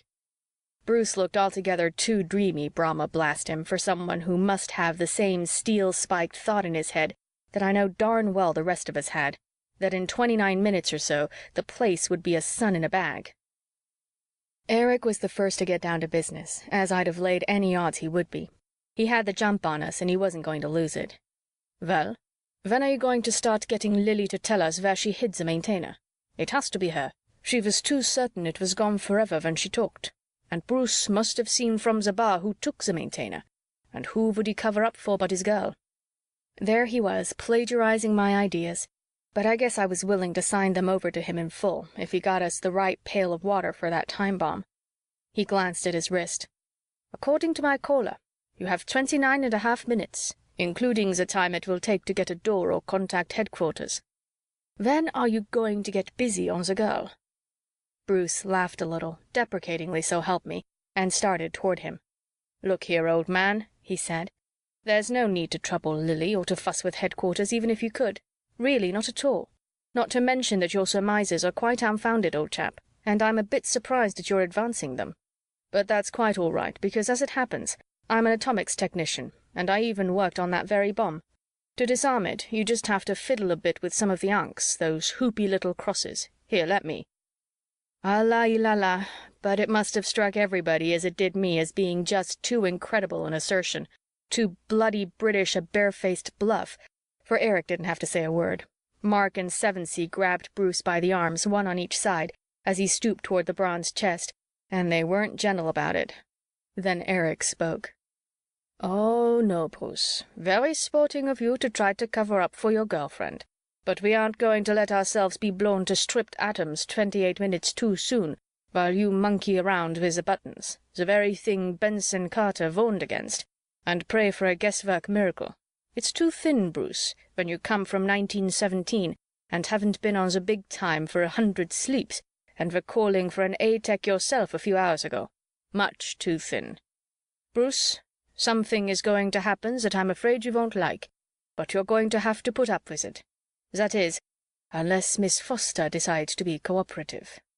"I say, you fellows, let me go," Bruce demanded, struggling experimentally. "I know it's a bit thick to swallow, and I did give you the wrong impression calling for an A-Tech, but I just wanted to capture your attention then. I didn't want to have to work on the bomb. Really, Eric, would they have ordered Benson Carter to pick us up unless one of us were an A-Tech? They'd be sure to include one in the bally operation." "When they're using patchwork tactics," Eric grinningly quoted back at him. Cabby spoke up beside me and said, "Benson Carter was a magician of matter, and he was going on the operation disguised as an old woman. We have the cloak and hood with the other garments." And I wondered how this cold fish of a she-officer could be the same girl who was giving Mark slurpy looks not 10 minutes ago. "Well?" Eric asked, glancing at his collar, and then swinging his eyes around at us, as if there must be some of the old Wehrmacht iron somewhere. We all found ourselves looking at Lily, and she was looking so sharp herself, so ready to jump and so at bay, that it was all I needed, at any rate, to make Eric's theory about the maintainer a rock-bottom certainty. Bruce must have realized the way our minds were working, for he started to struggle in earnest, and at the same time called, "For God's sake, don't do anything to Lily. Let me loose, you idiots. Everything's true, I told you. I can save you from that bomb. Sevensee, you took my side against the Spiders. You've nothing to lose. Sid, you're an Englishman. Beau, you're a gentleman and you love her too. For God's sake, stop them." Beau glanced up over his shoulder at Bruce and the others surging around close to his ankles, and he had on his poker face. Sid, I could tell, was once more going through the purgatory of decision. Beau reached his own decision first, and I'll say it for him that he acted on it fast and intelligently. Right from his kneeling position, and before he'd even turned his head quite back, he jumped Eric. But other things in this cosmos besides man can pick sides and act fast. Illy landed on Beau midway and whipped his tentacles around him tight, and they went wobbling around like a drunken white and silver barber pole. Beau got his hands each around a tentacle, and at the same time his face began to get purple, and I winced at what they were both going through. Maybe Sevensee had a hoof in Sid's purgatory, because Bruce shook loose from the satyr and tried to knock out Mark, but the Roman twisted his arm and kept him from getting in a good punch. Eric didn't make a move to mix into either fight, which is my little commandant all over. Using his fists on anybody but me is beneath him. Then Sid made his choice, but there was no way for me to tell what it was, for as he reached for the minor maintainer, Cabby contemptuously snatched it away from his hands and gave him a knee in the belly that doubled me up in sympathy and sent him sprawling on his knees toward the fighters. On the return, Cabby gave Lily, who'd started to grab too, an effortless backhand smash that set her down on the divan.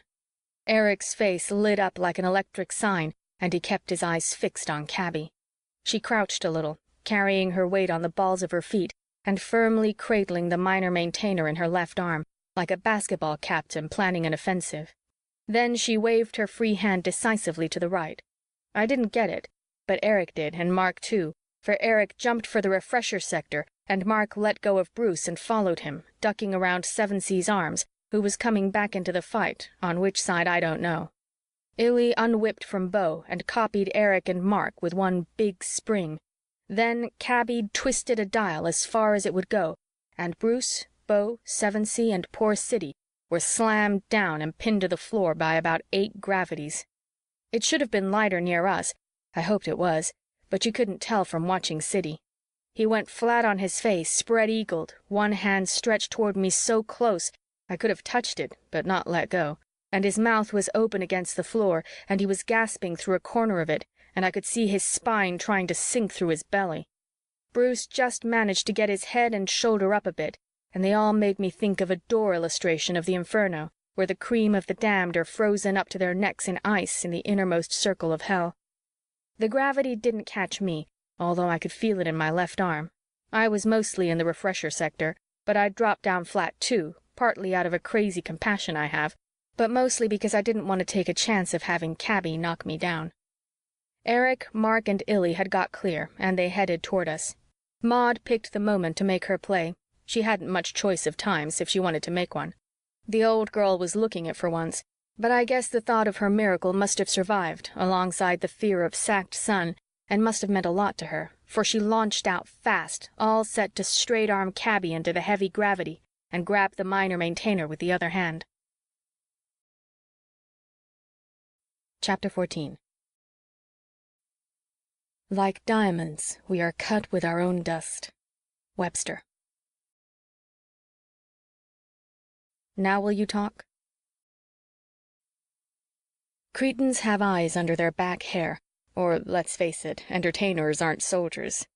Cabby weaved to one side and flicked a helpful hand, and poor old Maud went where she'd been going to send Cabby. It sickened me to see the gravity take hold and yank her down.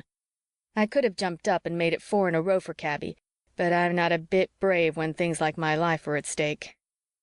Lily was starting to get up, acting a little dazed. Cabby gently pushed her down again and quietly said, "Where is it?" and then hauled off and slapped her across the face. What got me was the matter-of-fact way Cabby did it. I can understand somebody getting mad and socking someone, or even deliberately working up a rage so as to be able to do something nasty, but this cold-blooded way turns my stomach. Lily looked as if half her face were about to start bleeding, but she didn't look dazed anymore, and her jaw set. Cabby grabbed Lily's pearl necklace and twisted it around her neck, and it broke, and the pearls went bouncing around like ping-pong balls. So Cabby yanked down Lily's gray silk bandeau until it was around the neck, and tightened that. Lily started to choke through her tight-pressed lips. Eric, Mark, and Illy had come up and crowded around, but they seemed to be content with the job Cabby was doing. "Listen, slut," she said, "we have no time. You have a healing room in this place. I can work the things." Here it comes, I thought, wishing I could faint. On top of everything, on top of death even, they had to drag in the nightmare personally stylized for me, the horror with my name on it. I wasn't going to be allowed to blow up peacefully. They weren't satisfied with an A-bomb, They had to write my private hell into the script. "There is a thing called an inverter," Cabby said, exactly as I'd known she would, but as I didn't really hear it just then, a mental split I'll explain in a moment. "It opens you up so they can cure your insides without cutting your skin and making you bleed anywhere. It turns the big parts of you inside out, but not the blood tubes.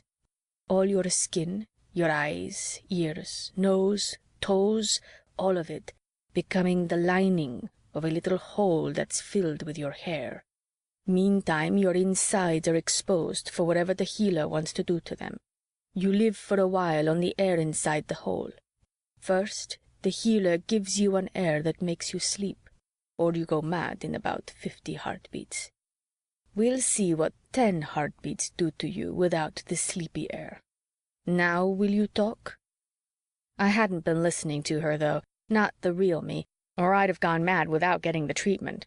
I once heard Doc say your liver is more mysterious and farther away from you than the stars, because although you live with your liver all your life, you never see it or learn to point to it instinctively, and the thought of someone messing around with that intimate yet unknown part of you is just too awful. I knew I had to do something quick. Hell, at the first hint of introversion, before Cabby had even named it, Illy had winced so that his tentacles were all drawn up like fat feather sausages. Eric had looked at him questioningly, but that lousy loony had unendeared himself to me by squeaking, "Don't mind me, I'm just sensitive. Get on with the girl, make her tell." Yes, I knew I had to do something, and here on the floor that meant thinking hard and in high gear about something else. The screwball sculpture Eric had tried to smash was a foot from my nose, and I saw a faint trail of white stuff where it had skidded. I reached out and touched the trail. It was finely gritty, like powdered glass. I tipped up the sculpture, and the part on which it had skidded wasn't marred at all, not even dulled. The gray spheres were as glisteningly bright as ever. So I knew the trail was diamond dust, rubbed off the diamonds in the floor by something even harder. That told me the sculpture was something special, and maybe Doc had had a real idea in his pickled brain when he'd been pushing the thing at all of us and trying to tell us something. He hadn't managed to say anything then, but he had earlier when he'd been going to tell us what to do about the bomb, and maybe there was a connection. I twisted my memory hard and let it spring back, and I got inverse bosh. Bosh indeed. Bosh and inverse bosh to all boozers, Rusky or otherwise. So I quick tried the memory trick again, and this time I got glovsh, and then I grasped and almost sneezed on diamond dust as I watched the pieces fit themselves together in my mind like a speeded-up movie reel. It all hung on that black right-hand hussar's glove Lily had produced for Bruce. Only she couldn't have found it in stores because we'd searched every fractional pigeonhole later on, and there hadn't been any gloves there, not even the left-hand mate there would have been. Also, Bruce had had 2 left-hand gloves to start with, and we had been through the whole place with a fine-tooth comb, and there had only been the 2 black gloves on the floor where Bruce had kicked them off the bar. Those 2, and those 2 only. The left-hand glove he'd brought from outside, and the right-hand glove Lily had produced for him. So, a left-hand glove had disappeared. The last I'd seen of it, Lily had been putting it on her tray, and a right-hand glove had appeared, which could only add up to one thing. Lily had turned the left-hand glove into an identical right. She couldn't have done it by turning it inside out the ordinary way, because the lining was different. But as I knew only too sickeningly well, there was an extraordinary way to turn things inside out, things like human beings. You merely had to put them on the inverter in surgery and flick the switch for full inversion. Or you could flick it for partial inversion and turn something into a perfect 3-dimensional mirror image of itself, just what a right-hand glove is of a left. Rotation through the 4th dimension, the science boys call it. I've heard of it being used in surgery on the highly asymmetric Martians, and even to give a socially impeccable right hand to a man who'd lost one by turning an amputated right arm into an amputated left. Ordinarily, nothing but live things are ever inverted in surgery, and you wouldn't think of doing it to an inanimate object, especially in a place where the doc's a drunk and the surgery hasn't been used for hundreds of sleeps. But when you've just fallen in love, you think of wonderful, crazy things to do for people. Drunk with love, Lily had taken Bruce's extra left-hand glove into surgery, partially inverted it, and got a right-hand glove to give him.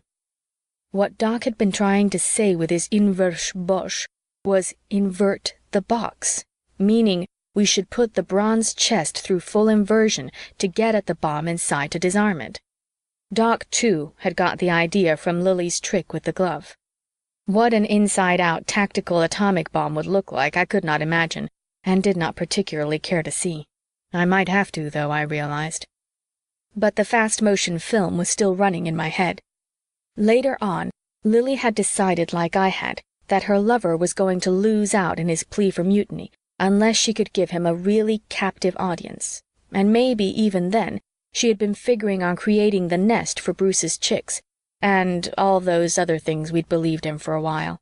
So she'd taken the Major Maintainer and remembered the glove, and not many seconds later she had set down on a shelf of the art gallery an object that no one would think of questioning, except someone who knew the gallery by heart.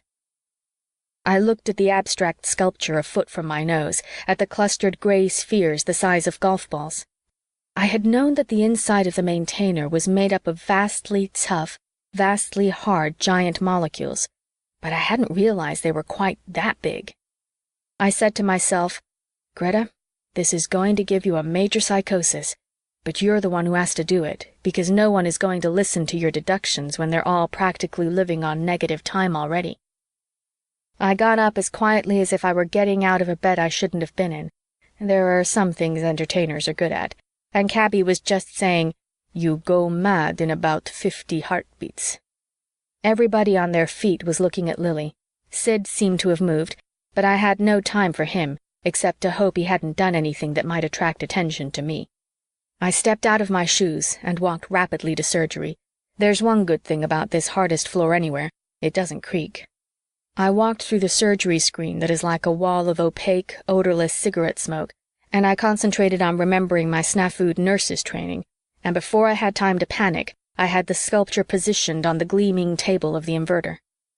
I froze for a moment when I reached for the inversion switch, thinking of the other time and trying to remember what it had been that bothered me so much about an inside-out brain being bigger and not having eyes. But then I either thumbed my nose at my nightmare or kissed my sanity goodbye, I don't know which, and twisted the switch all the way over. And there was the Major Maintainer winking blue about 3 times a second, as nice as you could want it. It must have been working as sweet and steady as ever all the time it was inverted, except that, being inside out, it had hocused the direction finders. Chapter 15. Black-legged spiders with red hearts of hell. Marquis. Lord Spider. Jesu. I turned and Sid's face was sticking through the screen like a tinted bas-relief hanging on a gray wall, and I got the impression he had peered unexpectedly through a slit in an arras into Queen Elizabeth's bedroom. He didn't have any time to linger on the sensation, even if he'd wanted to, for an elbow with a copper band thrust through the screen and dug his ribs, and Cabby marched Lily in by the neck. Eric, Mark, and Illy were right behind. They caught the blue flashes and stopped dead, staring at the long-lost. Eric spared me one look which seemed to say, "So you did it. Not that it matters."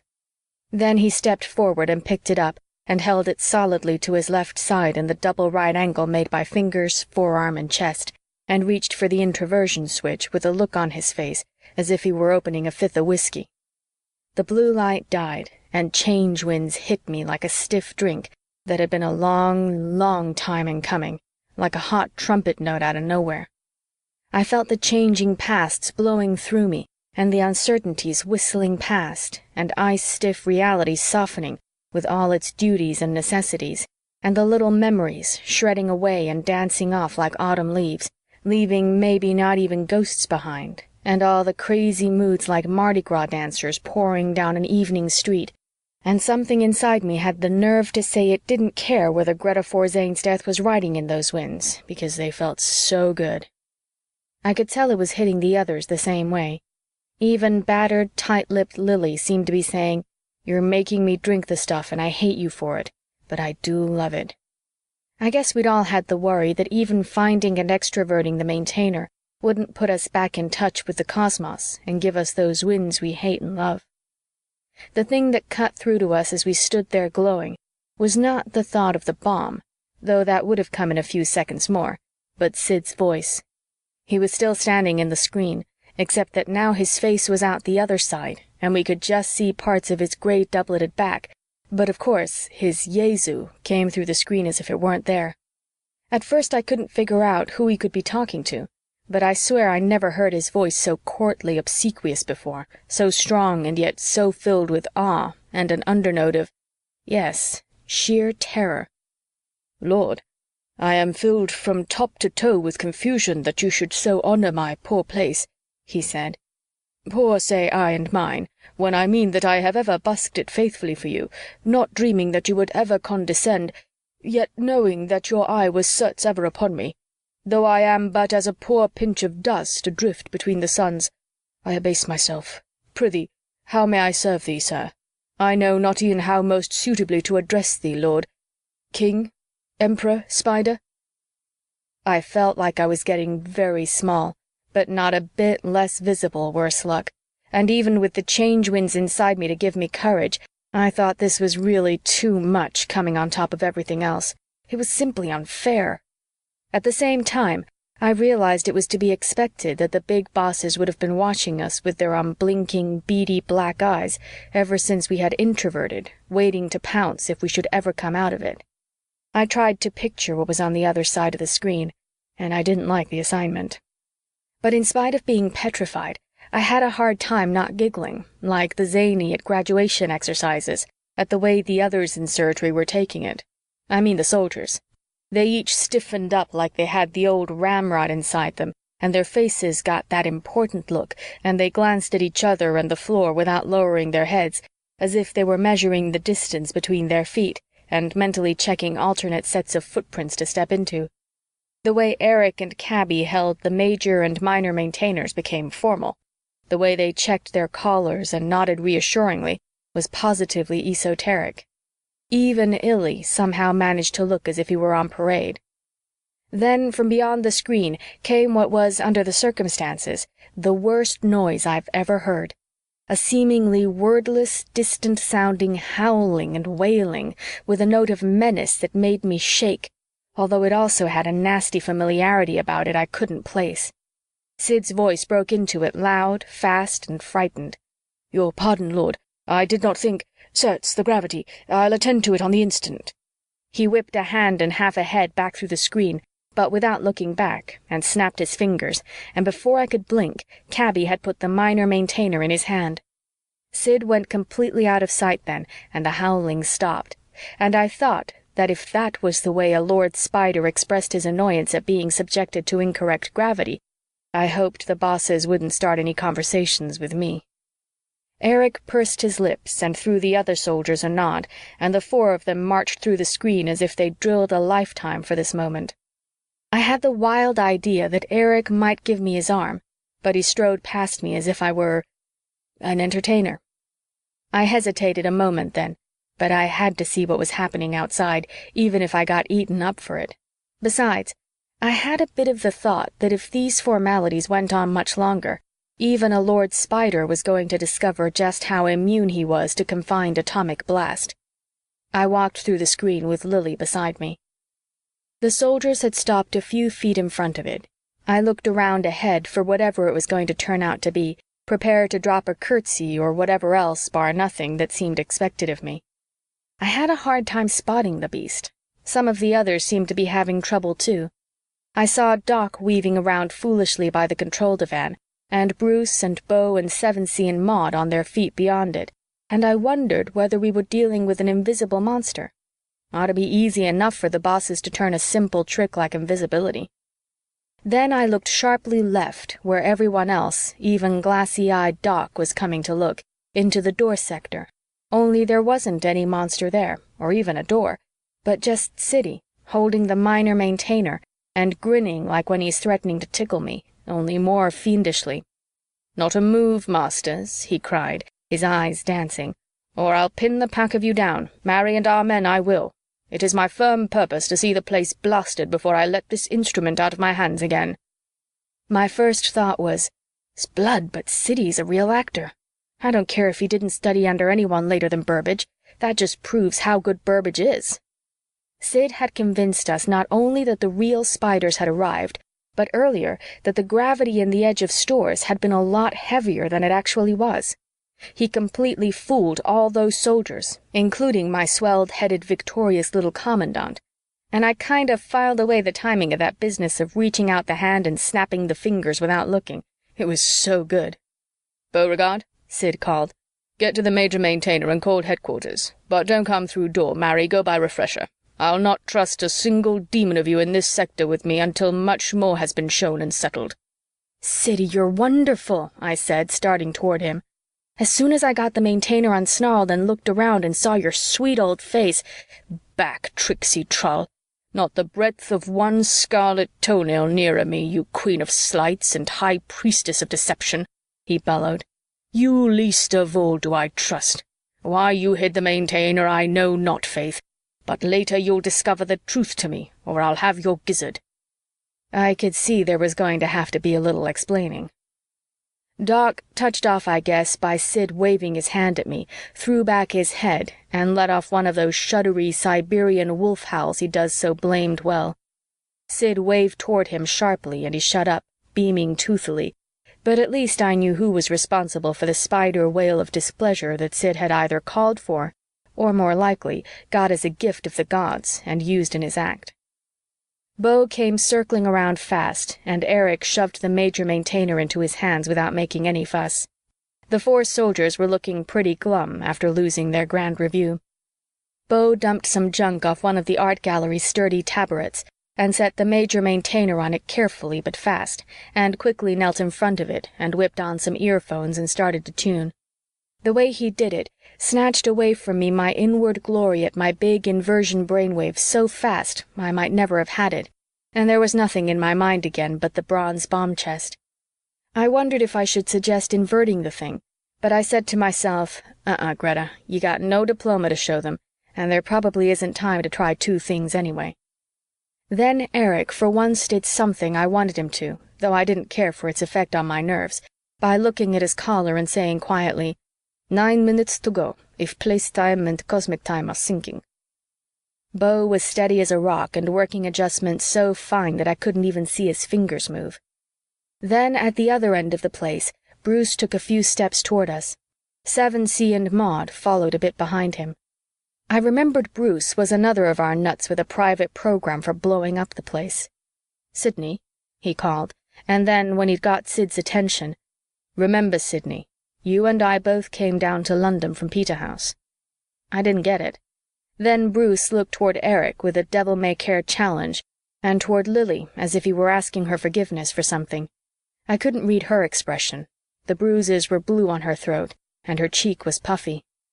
Then Bruce once more shot Erich that look of challenge, and he spun and grabbed 7C by a wrist and stuck out a foot. Even half-horses aren't too sharp about infighting, I guess, and the satyr had every right to feel at least as confused as I felt, and sent him stumbling into Maud, and the 2 of them tumbled to the floor in a jumble of hairy legs and pearl-gray frock. Bruce raced to the bomb chest. Most of us yelled, "Stop him, Sid, pin him down," or something like that. I know I did, because I was suddenly sure that he'd been asking Lily's pardon for blowing the 2 of them up, and all the rest of us too, the love-blinded stinker.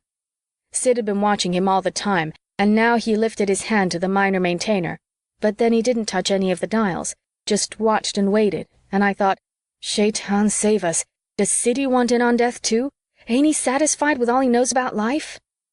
Bruce had knelt and was twisting some things on the front of the chest, and it was all as bright as if he were under a bank of Klieg lights, and I was telling myself I wouldn't know anything when the fireball fired, and not believing it, and 7C and Maud had got unscrambled and were starting for Bruce, and the rest of us were yelling at Sid, except that Erich was just looking at Bruce very happily, and Sid was still not doing anything, and it was unbearable, except just then I felt the little arteries start to burst in my brain like a string of firecrackers, and the old aorta pop, and for good measure, a couple of valves come unhinged in my ticker, and I was thinking, Well, now I know what it's like to die of heart failure and high blood pressure, and having a last quiet smile at having cheated the bomb when Bruce jumped up and back from the chest. "That does it," he announced cheerily. "She's as safe as the Bank of England." Sevensee and Maud stopped themselves just short of knocking him down, and I said to myself, "Hey, let's get a move on. I thought heart attacks were fast." Before anyone else could speak, Beau did. He had turned around from the Major Maintainer and pulled aside one of the earphones. "I got headquarters," he said crisply. "They told me how to disarm the bomb. I merely said I thought we ought to know.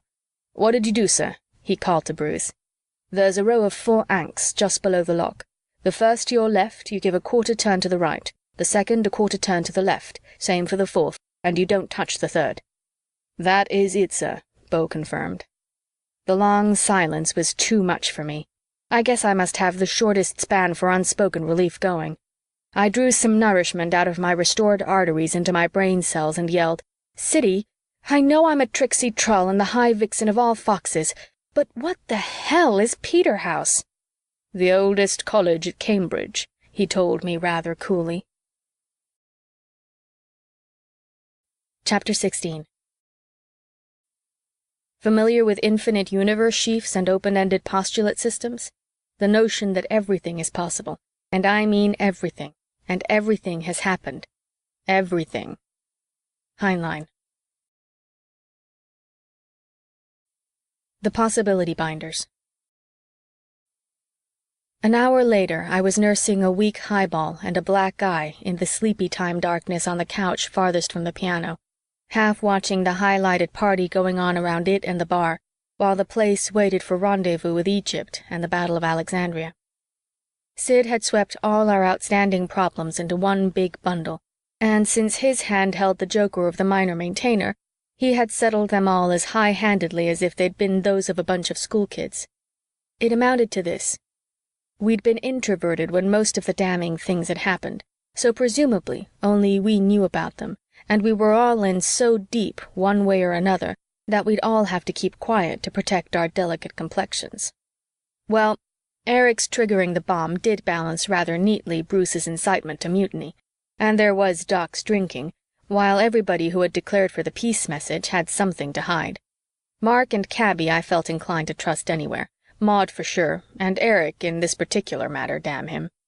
Illy I didn't feel at all easy about, but I told myself there always has to be a fly in the ointment, a darn big one this time, and furry. Sid didn't mention his own dirty linen, but we knew he'd flopped badly as boss of the place and only recouped himself by that last-minute flimflam. Remembering Sid's trick made me think for a moment about the real spiders. Just before I'd snuck out of surgery, I'd had a vivid picture of what they must look like, but now I couldn't get it again. It depressed me, not being able to remember. Oh, I probably just imagined I'd had a picture, like a hophead on a Secret of the Universe kick.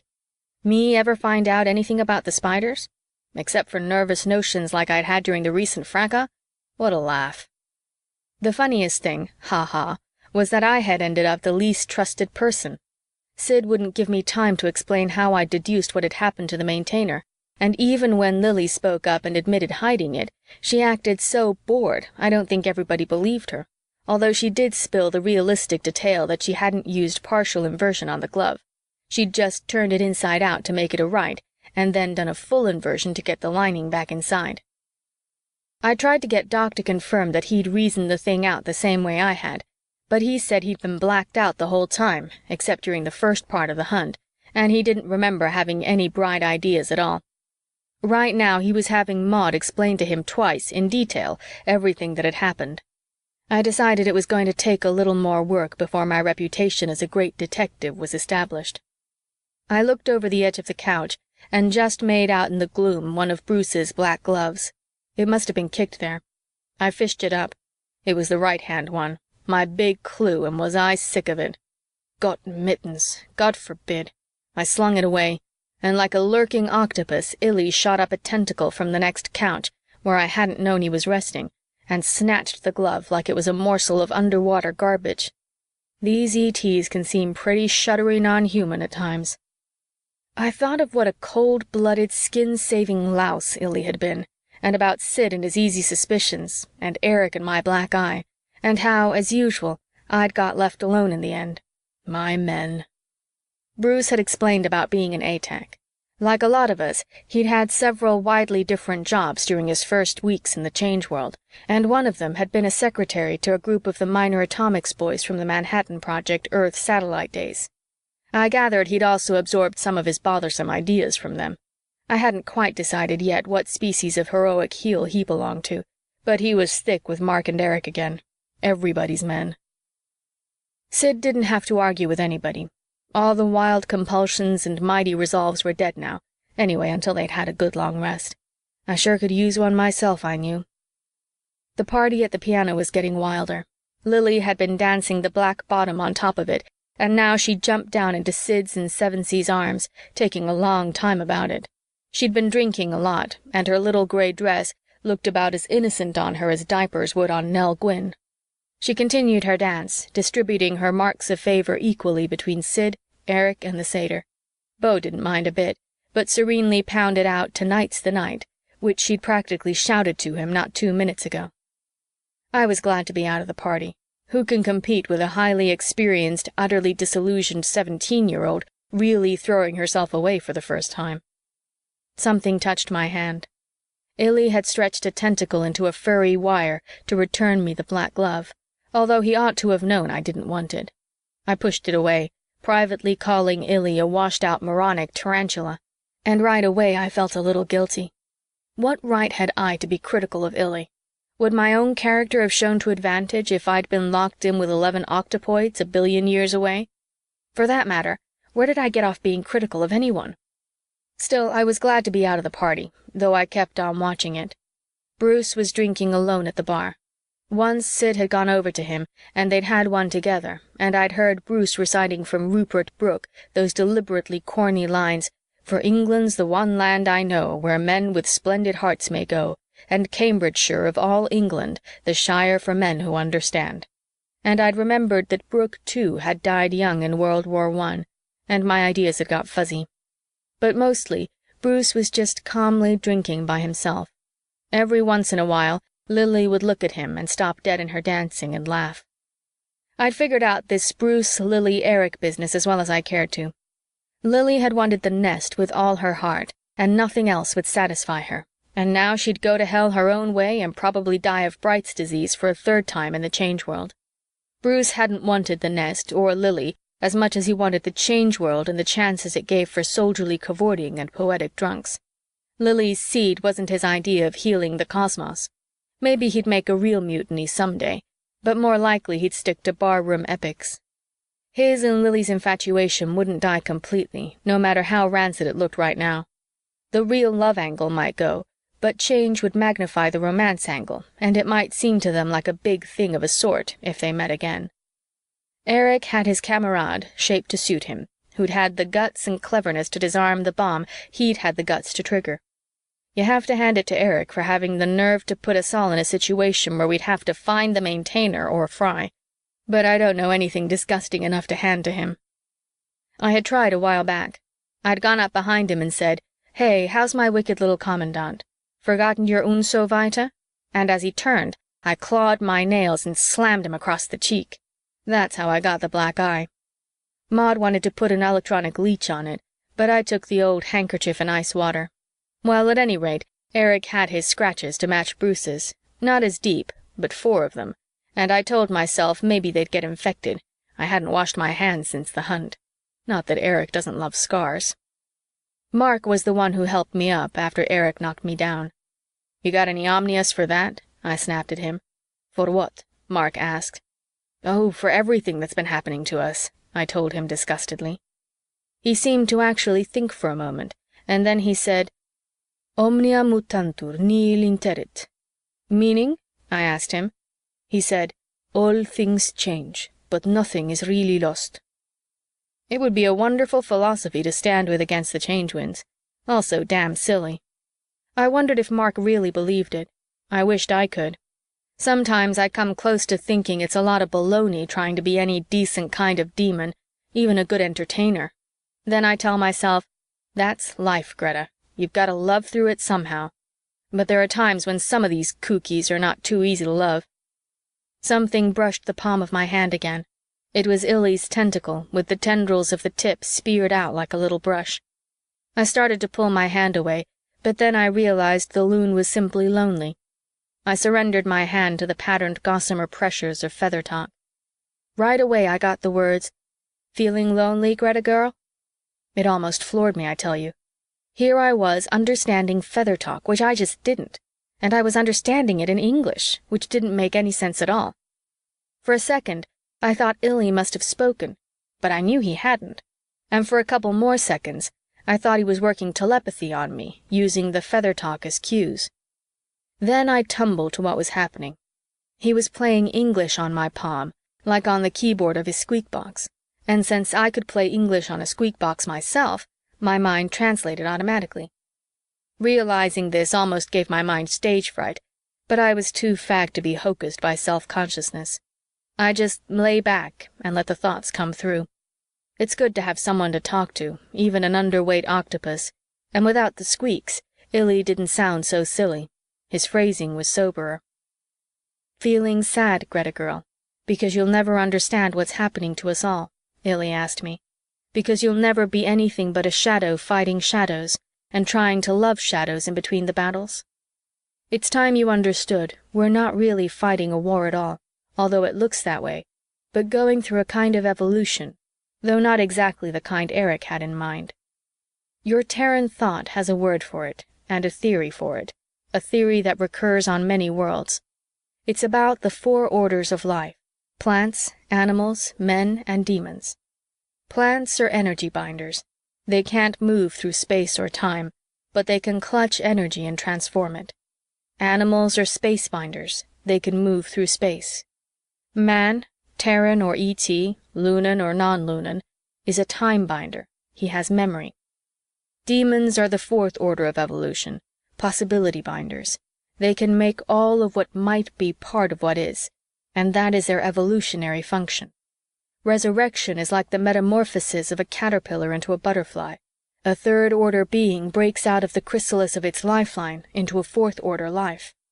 The leap from the ripped cocoon of an unchanging reality is like the first animal's leap when he ceases to be a plant, and the change world is the core of meaning behind the many myths of immortality. All evolution looks like a war at first, octopoids against monopoids, mammals against reptiles, and it has a necessary dialectic. There must be the thesis, we call it snake, and the antithesis, spider, before there can be the ultimate synthesis, when all possibilities are fully realized in one ultimate universe. The change war isn't the blind destruction it seems. Remember that the serpent is your symbol of wisdom, and the spider your sign for patience. The 2 names are rightly frightening to you, for all high existence is a mixture of horror and delight. And don't be surprised, Greta girl, at the range of my words and thoughts. In a way, I've had 1 billion years to study Terra and learn her languages and myths.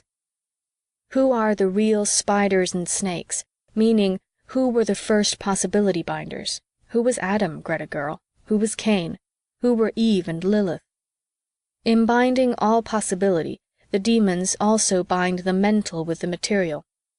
All 4th order beings live inside and outside all minds throughout the whole cosmos.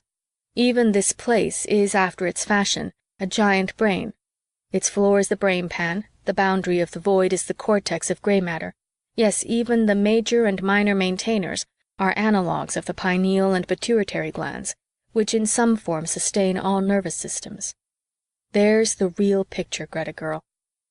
The feather talk faded out, and Illy's tendril tips merged into a soft pad on which I fingered. Thanks, Daddy Longlegs. Chewing over in my mind what Illy had just told me, I looked back at the gang around the piano. The party seemed to be breaking up. At least some of them were chopping away at it. Sid had gone to the control divan and was getting set to tune in Egypt. Mark and Cabby were there with him, all bursting with eagerness and the vision of tanks on ranks of mounted zombie bowmen going up in a mushroom cloud. I thought of what Illy had told me, and I managed to smile. Seems we've got to win and lose all the battles, every which way. Mark had just put on his Parthian costume, groaning cheerfully, "Trousers again," and was striding around under a hat like a fur-lined ice cream cone, with the sleeves of his metal-stuffed candies flapping over his hands. He waved a short sword with a heart-shaped guard at Bruce and Eric and told them to get a move on. Cabby was going along on the operation wearing the old woman disguise intended for Benson Carter. I got a half-hearted kick out of knowing she was going to have to cover that chest and hobble. Bruce and Eric weren't taking orders from Mark just yet. Eric went over and said something to Bruce at the bar, and Bruce got down and went over with Eric to the piano, and Eric tapped Beau on the shoulder and leaned over and said something to him, and Beau nodded and yanked Limehouse Blues to a fast close and started another piece, something slow and nostalgic. Eric and Bruce waved to Mark and smiled, as if to show him that whether he came over and stood with them or not, the legate and the lieutenant and the commandant were very much together.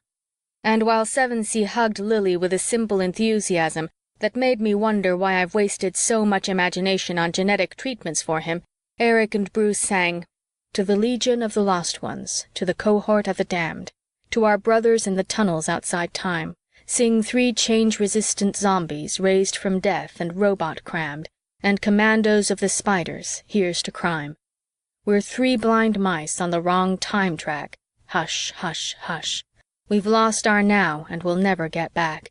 Hush, hush, hush. Change commandos out on the spree, damned through all possibility. Ghost girls, think kindly on such as we. Hush, hush, hush."